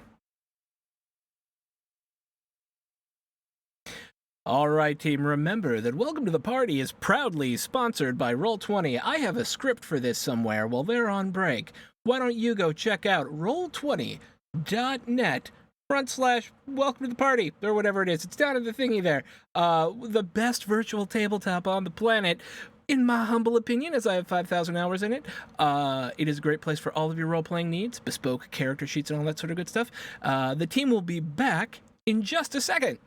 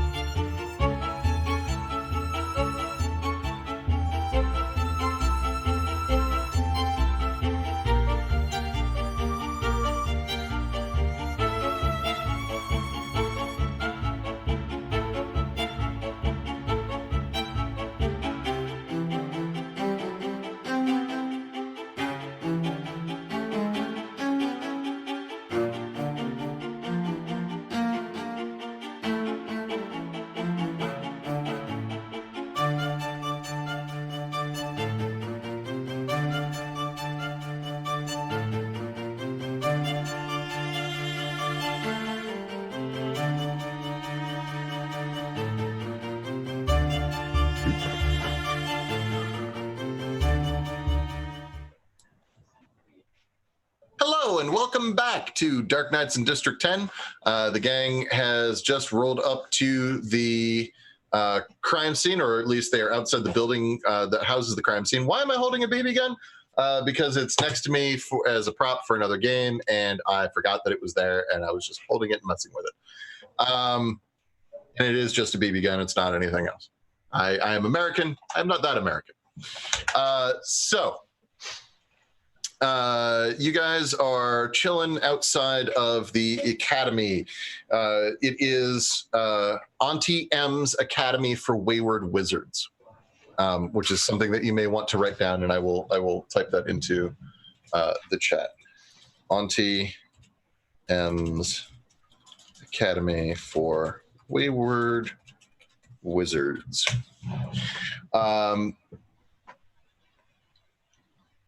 And so what you're looking at is a probably 4-story tall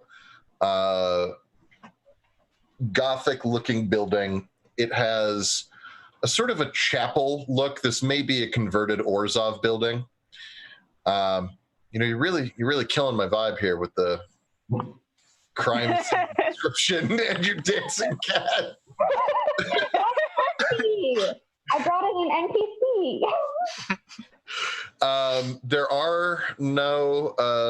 Okay. Anyway, so there are 4 somewhat smaller spires, and then one large center tower that looks like it holds a large bell. Like it looks like a bell tower.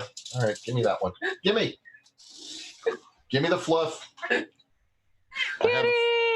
I have a somewhat unwilling floof. Everyone has kitties. It ruins your vibe. It ruins my vibe. But, well, I don't know. She's got murder on her mind. You've just gotta put her like in your lap and then stroke her like a Bond villain, and then the vibe is back. Yes. You threw off my groove.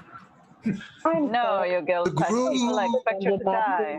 Anyway, oh my God, we're awful. Don't touch it. Groove, So- groove. Would I know if this is a former Orzhov building? You could roll a knowledge. History, religion? Yeah, history. I would go history on this.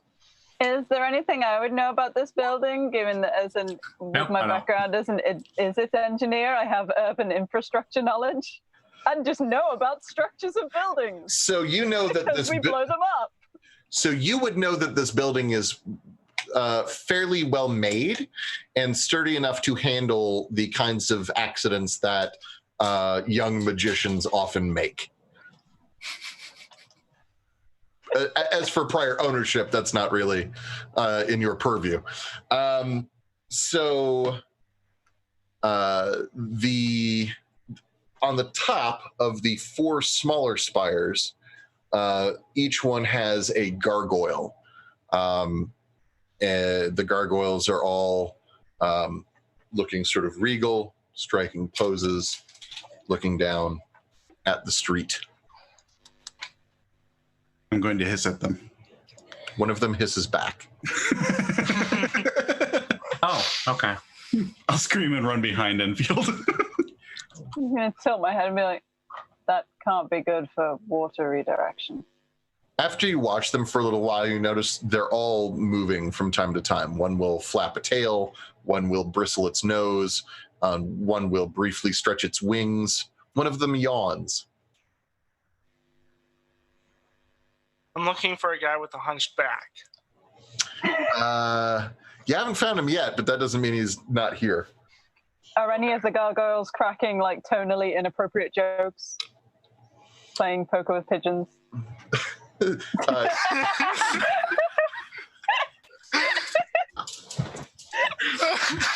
Are any of them eating hot peppers or trying to date a cop? No. Trying to date at all, frankly? No. I do love gargoyles, but how did anyone think that was going to work? I love that show. Yeah, but let's be honest. Like that was an ill-fated relationship between Goliath and the detective. It was beautiful. Shut up. I usually just barely remember that show. I mean, okay, but it's truly interspecies at best. Anyway, And that's Are you judging? bad. interspecies. Yeah, a little bit judging. Yeah. I'm gonna head Judging? inside. Fine. Well, Don't I define love the Del boundaries Toro of love. movies, so I think we may want to amend that statement later. However, in the short term, let's continue with our investigation since we haven't made it in the front door yet. I'm going in. I'm headed inside. Okay. So Wait. It says danger on the tape. It's like we're not allowed to go in. I'm going in. Under I the tape. think we. going in. I think our people put the tape up. It should Yeah. be fine. as you head inside, I think I have some of that tape. Yeah. I'm gonna wait till they break the rules before I break the rules. sure. As you head inside, it becomes clear that this place is a school in name only.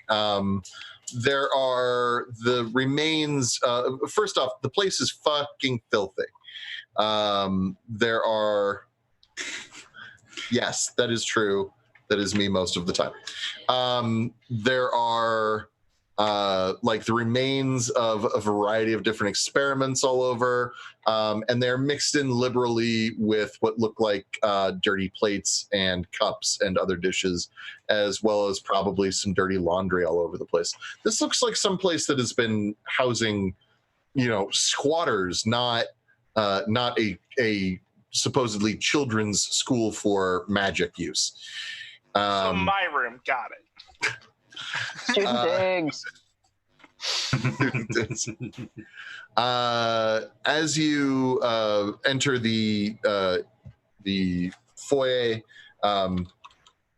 a sweet-looking human woman wearing a sort of a light purple robe and oversized floppy wizard's hat with a star and moon on it walks over towards the front door to meet you.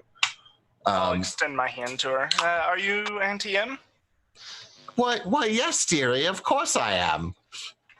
It's so nice to meet you. And you are? Cylindra, hun. Oh, nice to meet you, Cylindra. I don't see many of your kind around here. You're usually out in the trees, yes? That's true. Well, it's good to see you rise above your station, dearie. So, how can I help you? I assume you're here to clean up after this terrible mess, yes? Yes, we're here to look into the unfortunate accident. To look into? Oh, you're inspectors of some kind. Oh, yes. Well, Yes. I'm very sorry then. There really isn't much to look at. It isn't what they're saying it is. It's not murder, certainly. It's just a mistake. Just a few students getting a little too rowdy. But please, if you must, come along, and I'll show you the so-called murder. Can I inside her? Yes, you super can. I was about to say that. I didn't want to cut off your dialogue. She's lying. She is super, absolutely lying. Okay. But Can I so make a sleight of hand to flip her off as she turns her back to me? you can't tell if she notices or not. Sleight of finger. Yes. Ew. So she. Sorry. That's a different thing. So she walks forward and she's hunched over and she's got a little cane, and she leads you through a dining hall and then down a hallway. You see what look like the remnants of maybe what was once a library, but now is just several stacks of books on the floor, a bunch of papers strewn about. Most of the shelves are broken or otherwise caving in. And she leads you finally to an empty stone room on all surfaces. It is just empty in stone. In the center of the room is a pool of blood And in the center of that pool of blood is an arm. The arm is blue and looks like it might have scales, like fish scales. It is human-sized, and it is sticking out from the center of the pool of blood, and it is making a gripping motion, like it was maybe holding something. I've already eaten. Can you show us the crime scene, please? Well, this is what they're claiming as a crime scene, dearie. What happened? And feel By the way, again, note-taking on you guys, not on me. So do take notes. I am. And so is Dwyer. And he also does a rough sketch of the room. Okay. Enfield's head is literally just going to turn 180 as they just kind of like look around the room for like initial. Well, Sergeant Jackson said to keep your head on a swivel, and just looking around the room for kind of initial impressions and just seeing if anything looks particularly out of place or strange, apart from the dismembered arm in the middle of the room with the pool of blood. Amgrak is impressed. Granny Memphis is also trying to turn her head all the way around, but it's not working. The rest of the room, at first glance anyway, the rest of the room seems normal, you think? I'll just look down at Grant or Monty. I would like investigation checks from anyone who's trying to look for more, and I will need you to specify if you are using the investigation kit or not. Remember, it only gets 5. Investigate the actual like pool of blood.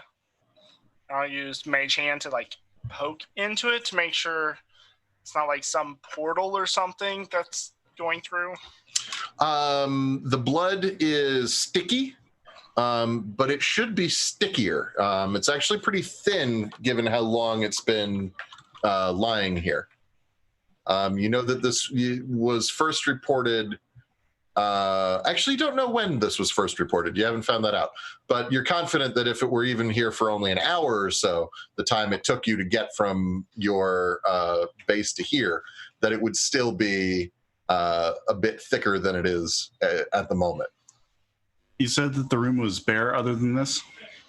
That's, yeah, at first glance, yes. It's just bare, gray, cut stone.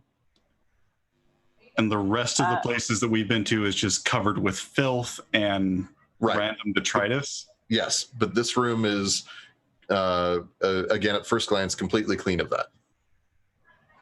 I'm going to investigate to see if things were removed. Okay. And I won't use the kit because I don't want to use the kit. Okay. So give me an investigation check.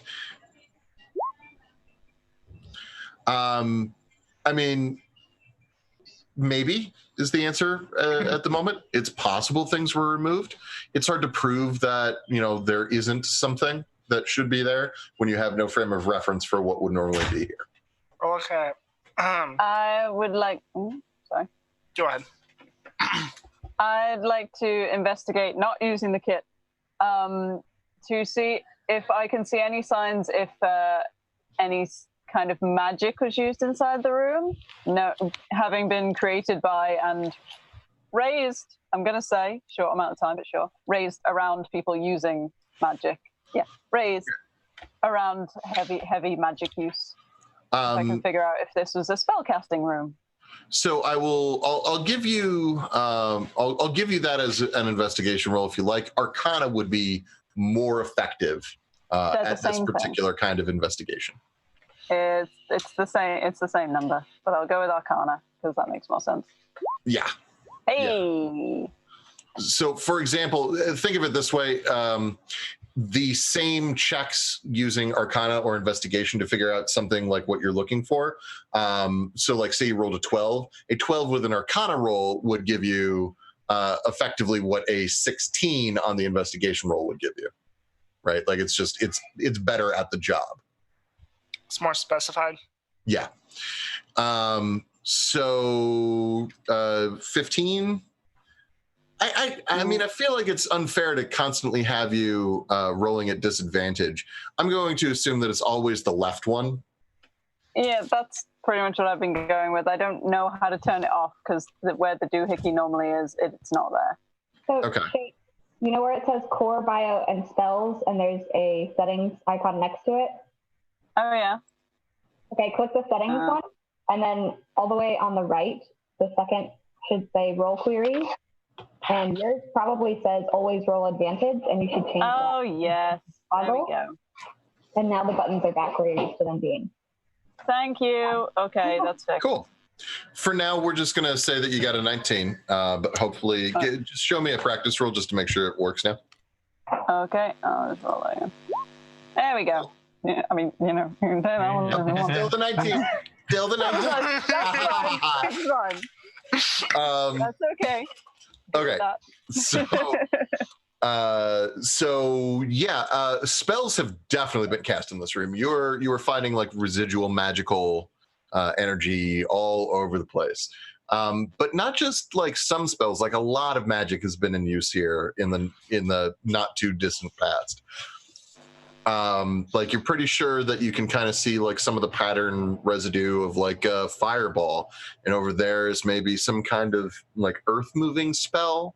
There's some teleportation. You've seen all kinds of shit around. Is Auntie M with us? Did she came Yeah, into the room? she's standing. She did not walk into the room. She's standing at the edge of the room, watching you guys work. Okay. No, I'll look over. I was going to ask her after seeing the blood really thin. I want to ask her, what kind of student was this and when did it happen? Oh, well, Volio, he was, I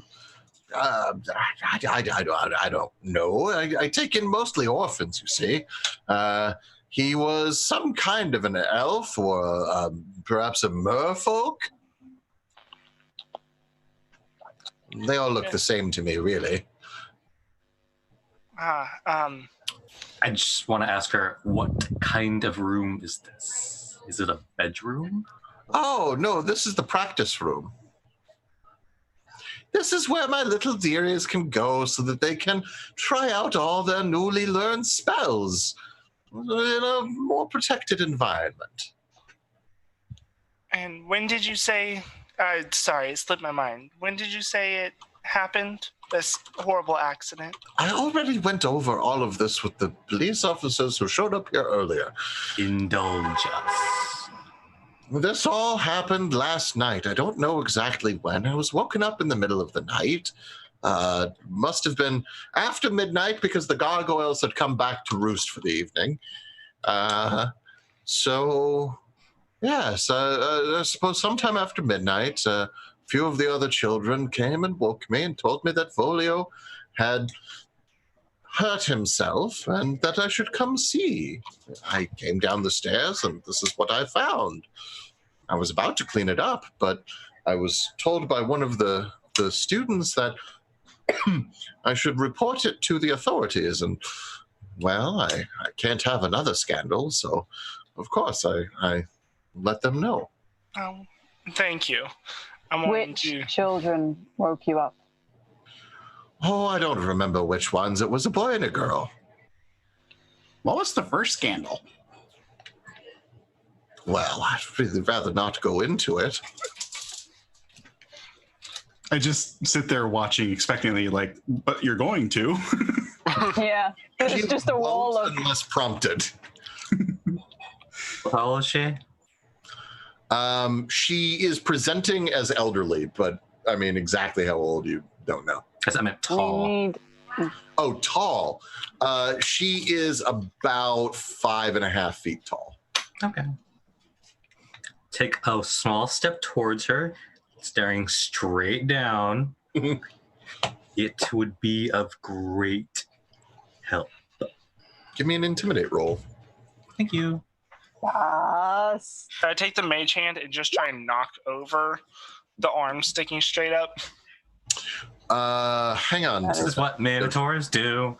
That is one scary coup. Okay, so you got a 23. So she sort of gulps and then steels her face again and says, well, fine, if you must know, there was an accident about a year ago. two of the young boys got into a fight. They were arguing over who was the best battle mage.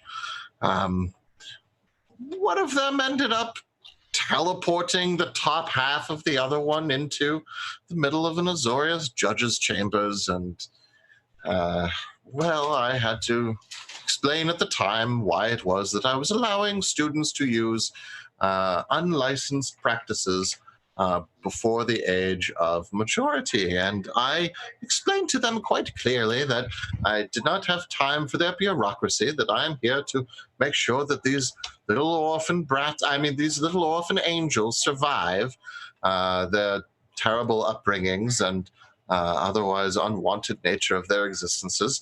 I'm very busy providing for them, making sure that they have the gruel to keep them strong and the other things that all these growing children require. And so they ended up letting me off with a warning and about 45 hours of community service picking trash along the tin street, which was fine by me. I just had the little babies do it. To clarify, you ensure these students' survival by teaching them to create fire, shape earth, and teleport each other partially into other people's property. Yes. It's not as crazy as it sounds. Most of them have innate magical talents. If I don't try to teach them to focus them down, they'll end up hurting themselves or others at a much higher rate. I'll have you know, I have graduated upwards of 500 different students from this facility. Most of them go on. How many students have you taken in if you have graduated 500? I've taken in quite a few more than that, a total of 1,000 over the course of the last 35 years. But I should point out that not all of them graduate. Many of them end up leaving well before that time. How many have died? 7 or 8, maybe a few more, maybe a few less. I'm not entirely certain. Everything sort of blurs together. You keep Your any sort of success record? rate is abysmal. I don't know. It's well over 90%. The Izzet would typically consider that a smashing victory. I am well aware. Not certain I like you, stone person. The On our feeling, way. if you can call it that, is mutual. All right, what was that, Dwyer? Oh, I think I asked if she keeps records of her students. I tried for quite some time, but it eventually proved to be, simply too much for me to continue taking care of. My eyesight's not very good these days, you see, and I am quite busy, so I do my best. But generally speaking, as long as the mouths get fed and they all have somewhere to sleep, everything tends to run pretty smoothly. We will need to talk to the students who reported this. Say again? We will need to talk to the students who reported this. Oh, of course, assuming that you can find them. I put them all on lockdown, but they sneak out. Did we notice any students are prying eyes on our way here? You did not. Do you live here? Define lockdown. I locked them all in their rooms. They're perfectly fine. Most of them steal food from me anyway. They should all have tiny stashes. I was told that I had to keep the crime scene clear. This is got to be really fun for Shakes right now. Mm-hmm. Mm-hmm. Different character, can't react. Do I get anything trying to move the arm with the mage hand? Yes, thank you for reminding me. So you try to move the arm, and you kind of push it a little bit, and it just flops. And as it flops, it sort of twitches like a little bit, and then stops. And blood fills in the area where it used to be. I go and I'd like to collect a little sample of the blood and the flesh of the arm. Okay. You'll have to step through blood to do that. Are you okay with that? Yes. Okay. Then yeah, that's fine. You can collect both of those in vials. Oh, sure. Won't go in a sewer, but we'll step over old blood. Bodily fluids don't bother me. Oh, are we all still They are. covered in sewer goo? Probably. I am. It wasn't flooded. You'll be fine. I'm just sitting here and going, I probably would have cast Prestidigitation, at least on myself when I got out. Yeah. The others, I don't care. They didn't ask me to. I didn't do it. I didn't ask. I didn't know. If I saw Solandra do it, I would ask. I don't know if I saw, though. So, is there anything more that I can do for you, or am I allowed to let the children out now? Do you live here? Yes, of course I do. Where do you live? I live in the tower, Where's that? in the center, and then up. Okay, I'm gonna wander off towards the tower. Excuse me, that's not public property. That's I'm not We're public. not. and she's following after you pretty quickly. Perfect. Good. I'm just going to follow after Granny M. to Okay. make sure that, sorry, yeah. Now that Auntie M, Granny Mivix. yes, now that Auntie M is away from you, is there anything else that you do that you didn't want to do before, or is there just anything else that you do as Solandra, Angrak, and Dwyer? I'll remind the others that she is not to be trusted. I want to look for like hidden passageways, anything secretive. Cubit, are you Nature. using divine sense? Is that why Bust you? it out. Yes. Okay. You are not finding a lot of like evil. You're, in fact, not finding a lot of good either. Everything feels very neutral. Okay. You definitely don't feel the location of any celestial fiends or undead. That's not true. You get on 60 feet. No, every once in a while you get a brief ping of something undead, like walking by outside, but nothing in here.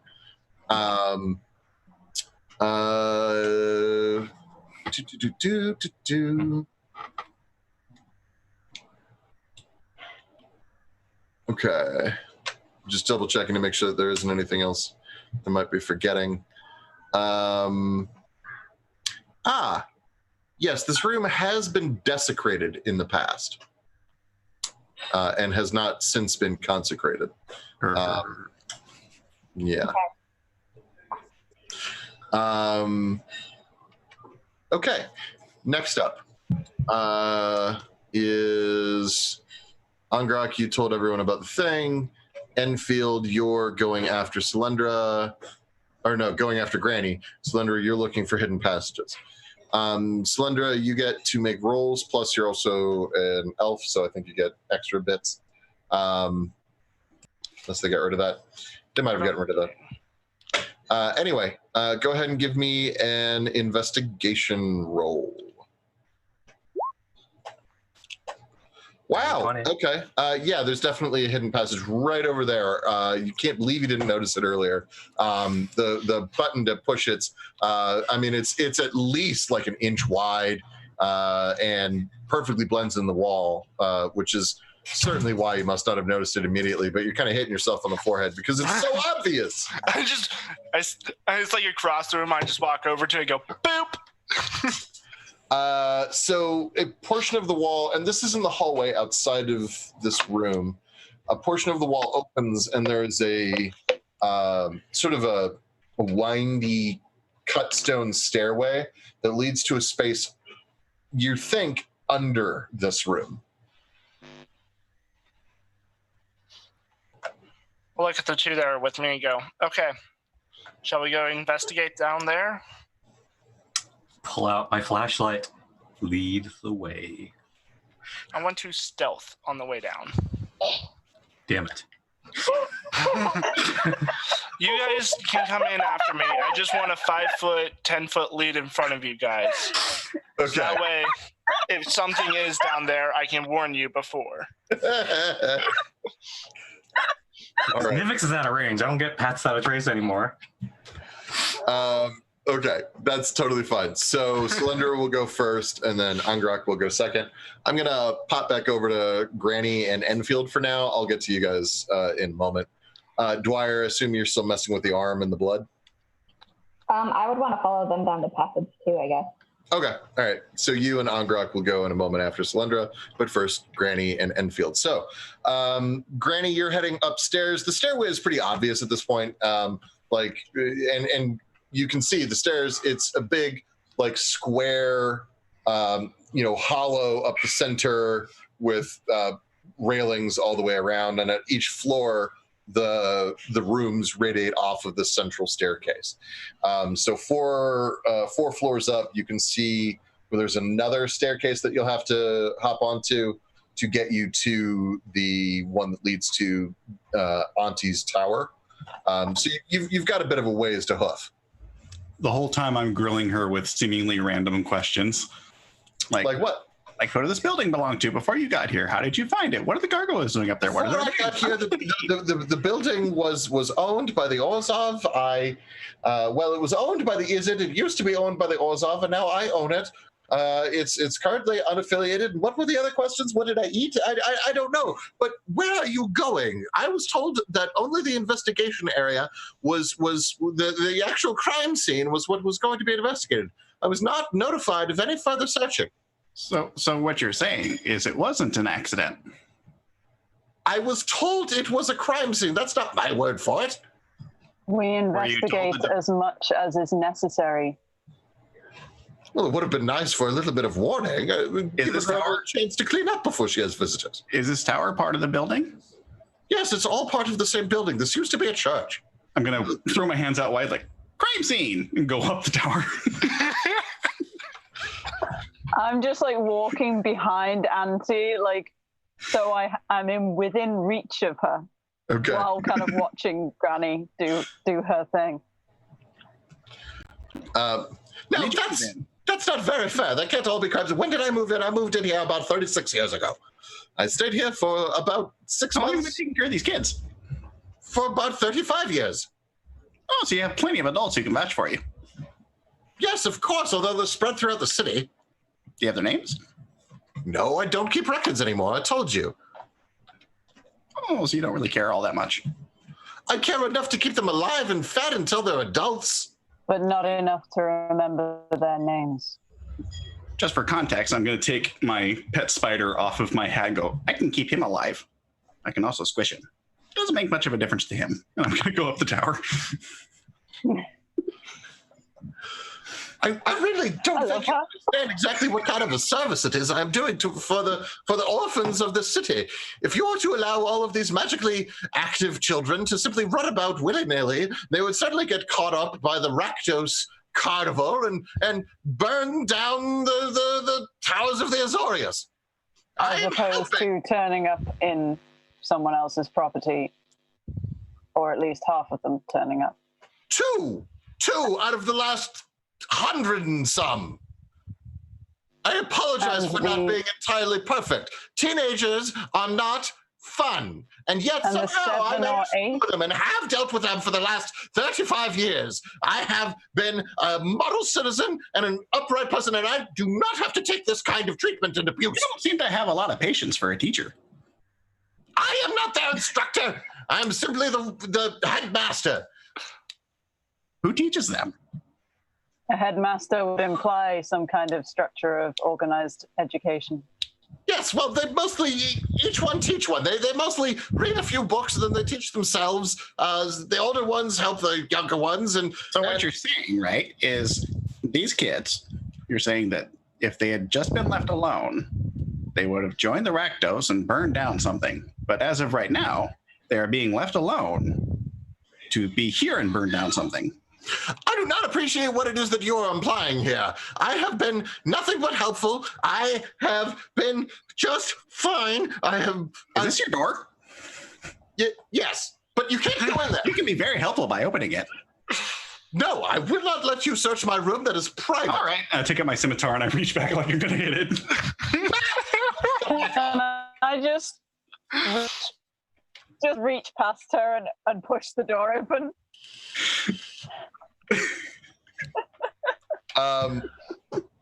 Okay.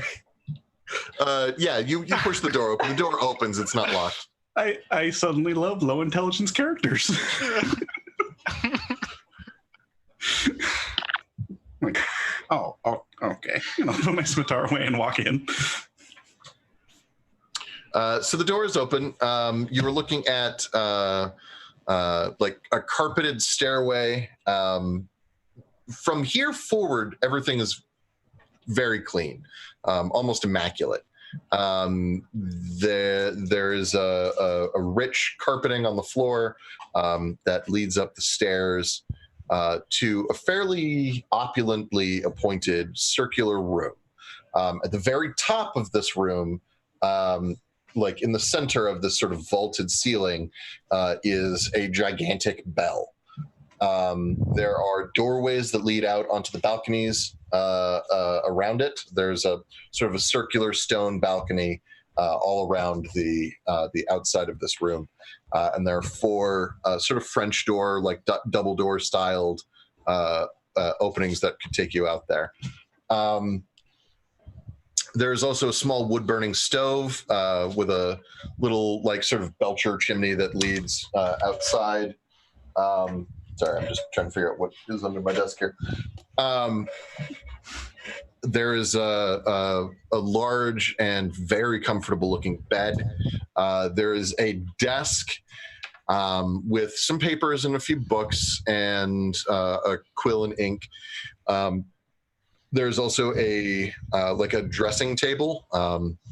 Like it's got a mirror and she has a variety of perfumes and wigs and other accoutrement for what looks to be costuming. And then a sizable sort of open closet situation where she's got like this big rack and then an easy 100 plus like dresses and other items of clothing that are like open in plain view. I'm going to look around at the cleanliness and get a very confused look on my face. Did Dwyer get here before us? The children aren't allowed up here, of course. Also, my unseen servant handles most of this. Charlie, make yourself known. And like a force spirit sort of briefly materializes. He's tall, thin, wearing some kind of a tuxedo. He waves at you and then dematerializes. I'll scream and cast primal savagery to attack it. Oh no. Okay. What does primal savagery do? It's a cantrip. It basically just I can create claws that have an acid attack. Okay. You create your claws, and I don't know what you attack the air where he was, and he is not. Stop that! It's just a spell. Charlie is a permanent effect that I cast on this place quite some long time ago. I mean, is he incapable of going downstairs? Yes, he can only live in the area that I designate for him. You can't blame me for thinking as a ghost. You said these used to be owned by the Orzhov. I mean, I suppose I don't blame you, but that was quite a long time ago, and I didn't mention that we had any problem with spirits, and I don't know why I'm being so forthcoming for you. Because I'm adorable. And I'll start wandering around the room. I disagree on that point. What Did you buy this building from the Izzet League? Yes, I bought the building from the Izzet. They didn't need it anymore. They used to run experiments in here, but apparently they got tired of the place. Decided it didn't have enough openings for tanks or piping or whatever it is that they needed. With my knowledge of the Izzet League, does that sound plausible, or is she lying? Yeah, the Izzet are very changeable. It would have taken a decision of all of 5 minutes for someone to say, you know what, let's just sell the fucking place. Okay, fair. Is it or chaotic? I just stay next to Auntie M and like let Granny raid her house. Give me an investigation roll. I'm going to pay particular attention to the documents on her desk. Okay. Investigation. Okay. She doesn't really have a whole heck of a lot.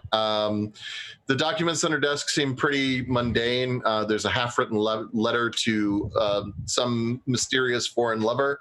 I say foreign, but you actually have no idea where they are. But it begins, dearest Zane, and then gets kind of gross from there.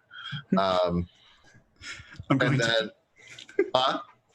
pick it up and go, I feel like this could use a forensic touch. I'm just going to gum it.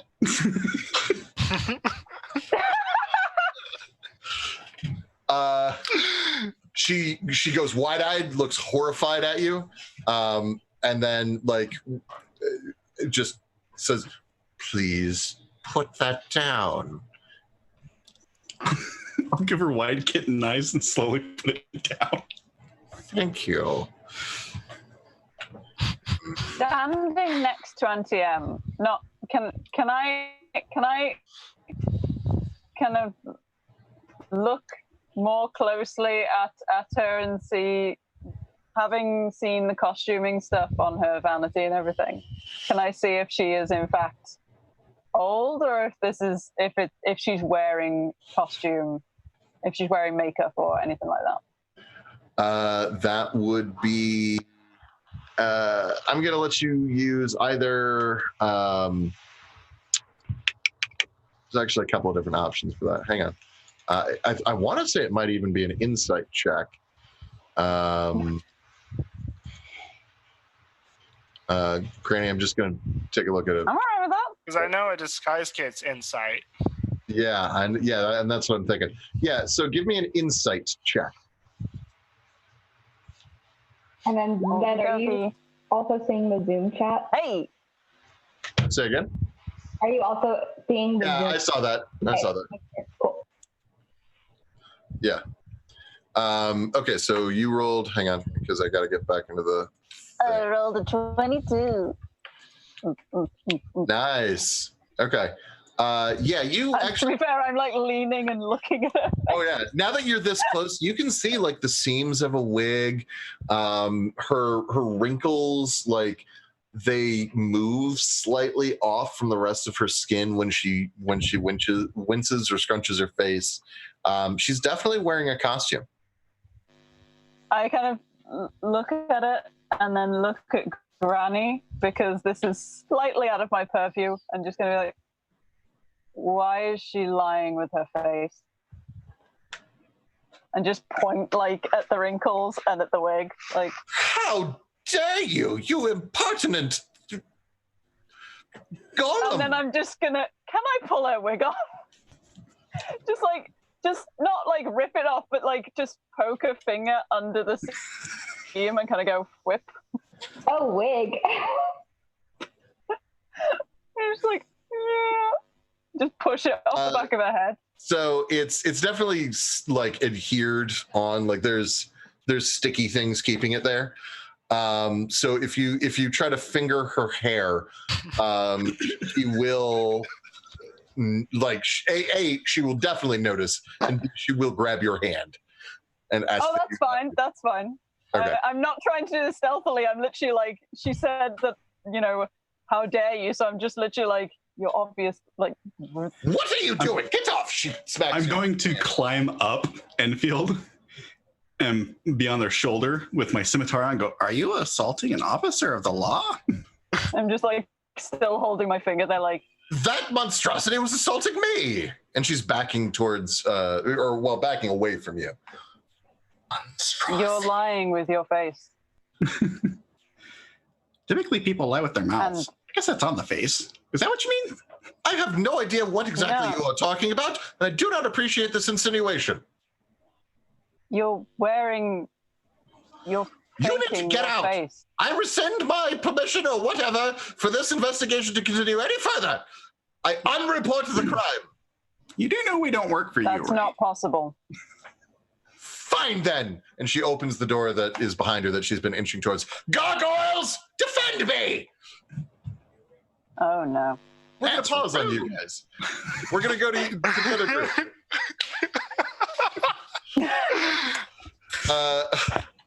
You guys make it downstairs. Before going down. Well, I'm going to Before make this going really quick. downstairs. Okay. But what do you want to do? I was going to maybe pick up the arm, put it into a sack. Yeah, you can do that. When you head downstairs, there is no one down here. It looks like it used to be an unholy altar of some kind. There are sigils and obvious signs of demon worship. And oh yeah, look, the rest of the merfolk hanging from its forearm, connected to the ceiling, and quite a lot of blood in a puddle beneath it. Oh. Boo-doo, boop, ba-doo, boop, boo. That's where we're going to end. That was gross. On a merfolk hanger. So... I've just seen Moon. Oh yeah, yeah. I'm loving the costuming. Excellent costuming. Or chip Pretty clips. cool. I don't have horns yet. Pretty cool. Okay. I've got one. So that's where we're gonna call it for now. And there's a Spyro behind me with a cat. Spyro God. Hi, Spyro. God. Spyro. Wants to be Spyro too. So let's go around. First off, I just want to one more time shout out our sweet sponsors for their sweet sponsoring. Spyro! So first off, Spyro! Look, it's Spyro! oh my God, yes. In fact, Shakes was mentioning that they have a Spyro tattoo. I do, yeah. So first off, I want to thank everyone who followed or subbed. There were several of you, and I saw that you were being called out in chat at the time. I apologize for not having been entirely as on top of that as I normally would be, but I definitely saw a few of you, and I thank you so much for it. Next up, I would like to remind everybody that we do have our Discord. Hang on, you're way too close. Sorry. To have more space. Yes, you did. Please check out our Discord, which I've just linked the thingy to. And also, it would be super cool if you would check out our Patreon. And we do also have merch over at So Nerdware. It is what the nerds wear, and if you use the code WELCOME at checkout, then you get 10% off. I would like to thank Devin Rue, the mistress of maps. I would like to thank Tabletop Loot with their fine dice for all of your gaming needs. I would also like to thank Roll20 because although sometimes we have trouble with the lighting on the maps, Roll20 is still the best virtual tabletop out there. Fog of That is more like. Yes, I understand that, and I tried messing with it, and it didn't work. So anyway, I would like to thank everybody for watching. But before we go, of course, I would like to swing around with everybody and real quick check in. Where can people find you? What other games are you in? Or if you have anything else to plug, say a side gig or something.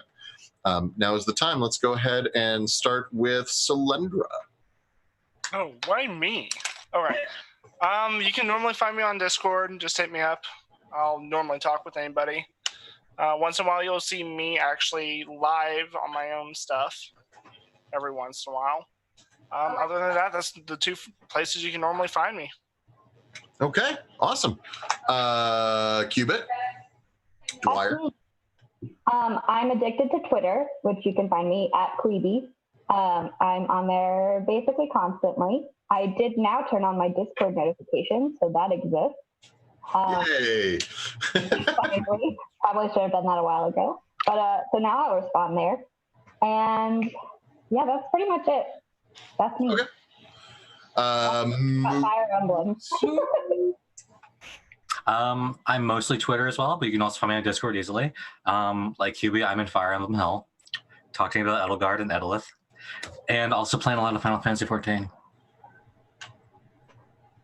Excellent. Oh yeah, I did forget, or rather, I didn't know, but we are offering a 15% discount at Tabletop Loot using the code WTTP Dice. So That's pretty sweet. yeah, it is That's pretty good. Shakes. Hello. So I am Shakes or Shakespeare. I am always on the Twitters because Tumblr abandoned me.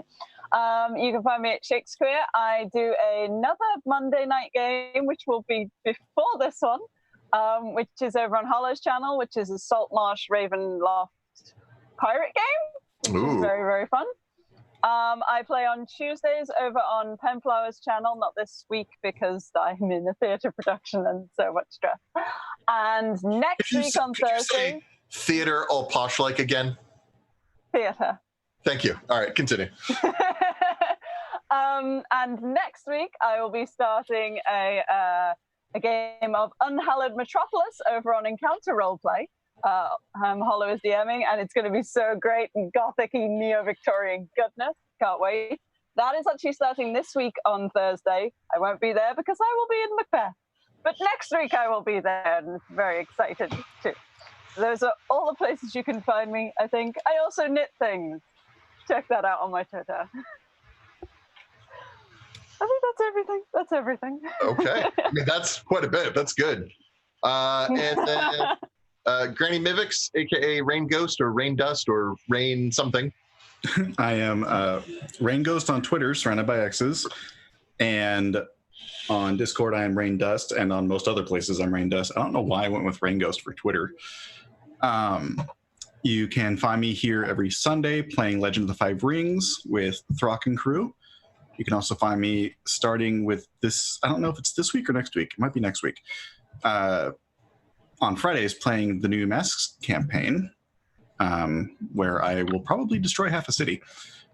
And you can find me on Dungeon Masters Guild, where I have many new products, including Path of the Pseudo Mage, which is a barbarian that thinks he can do magic. Excellent. So yeah, please check that out, peeps. And otherwise, I am Zed. This is Portia. You can find me on Twitter at ZEDECXZ. This is the only game that I'm running right now, but I will be. I remain in the Shadowrun game that Throck is running over on the. Oh man! Now suddenly that I need to know the word, I've completely forgotten it. Over at Devil's Luck Gaming, over on their channel. I got it. Over at Devil's Luck Gaming, and that is with Foxbar and Connery and the rest of the usual Devil's Luck crew. So Kaylee and Kevin, I want to say. Mm-hmm. Oh man, I hope I got those right. Yeah, I was I right? think so. I'm pretty sure. Okay, I'm pretty sure. And if I'm not right, I'm sure that Throck will correct me. Over there, I play Fadegeist, who is I play Fadegeist, who is only mildly psychopathic. Mildly. Yeah, I mean, whatever. What kind of psychopathic you want to be? Well, he's modeled after Amos from The Expanse, so I'll let that work for those of you who understand that reference. It is my favorite. Right? Anywho, and then I'm also going to be in the Mouse Guard game that's starting up here pretty soon, and I am super fucking excited about that. Yeah, there's a Mouse Guard game, and I'm going to be one of the miceys. It's going to be sweet. Throck is playing in that, but he's not running it. Someone else is running it. We might have like 2 or 3 of the huge book of comics of Mouse Guard. Oh, yeah. Got to play with the creator that one time. Yeah. Well, Yeah. Luke Crane, who created Burning Wheel, also created Mouse Guard using a partial version of the Burning Wheel system. And we were at Origins one year, and he happened to have a free moment and offered to run it for us. So we got to play Mouse Guard with the guy who made it, which was really cool. Yeah, that's on Saturday, starting at 3:45 p.m. Obviously, please check back here next week, Monday at 6 p.m. We will be ready and everything will work properly. I'm saying it now. And then the Shadowrun game, that's on Sundays, and it starts at 8 p.m. Over on Devil's Luck Gaming. So thank you very much for checking in with us, and we will be more on time next time. And please stick with us for the one-shot game that's coming up next, or the beginning of the one-shot series, rather, Side Quests. It sounds like it's going to be pretty cool. So stick around for that. Otherwise, thank you very much, and we will see you next week. Same Ravnica time, same Ravnica channel. Or awesome. while I eat his Ow, you face. scratched me with your dragon claws. Ow. Or will I eat All him right. first? Tiny hearts, bye. Oh, are we leaving now? I'm a Okay. fire. We need to raid someone. No, we're not. We're not raiding. Okay, we're Oh, leaving. that's right. We We're love not you all. raiding because we're staying here. We're leaving now. We love you. Bye.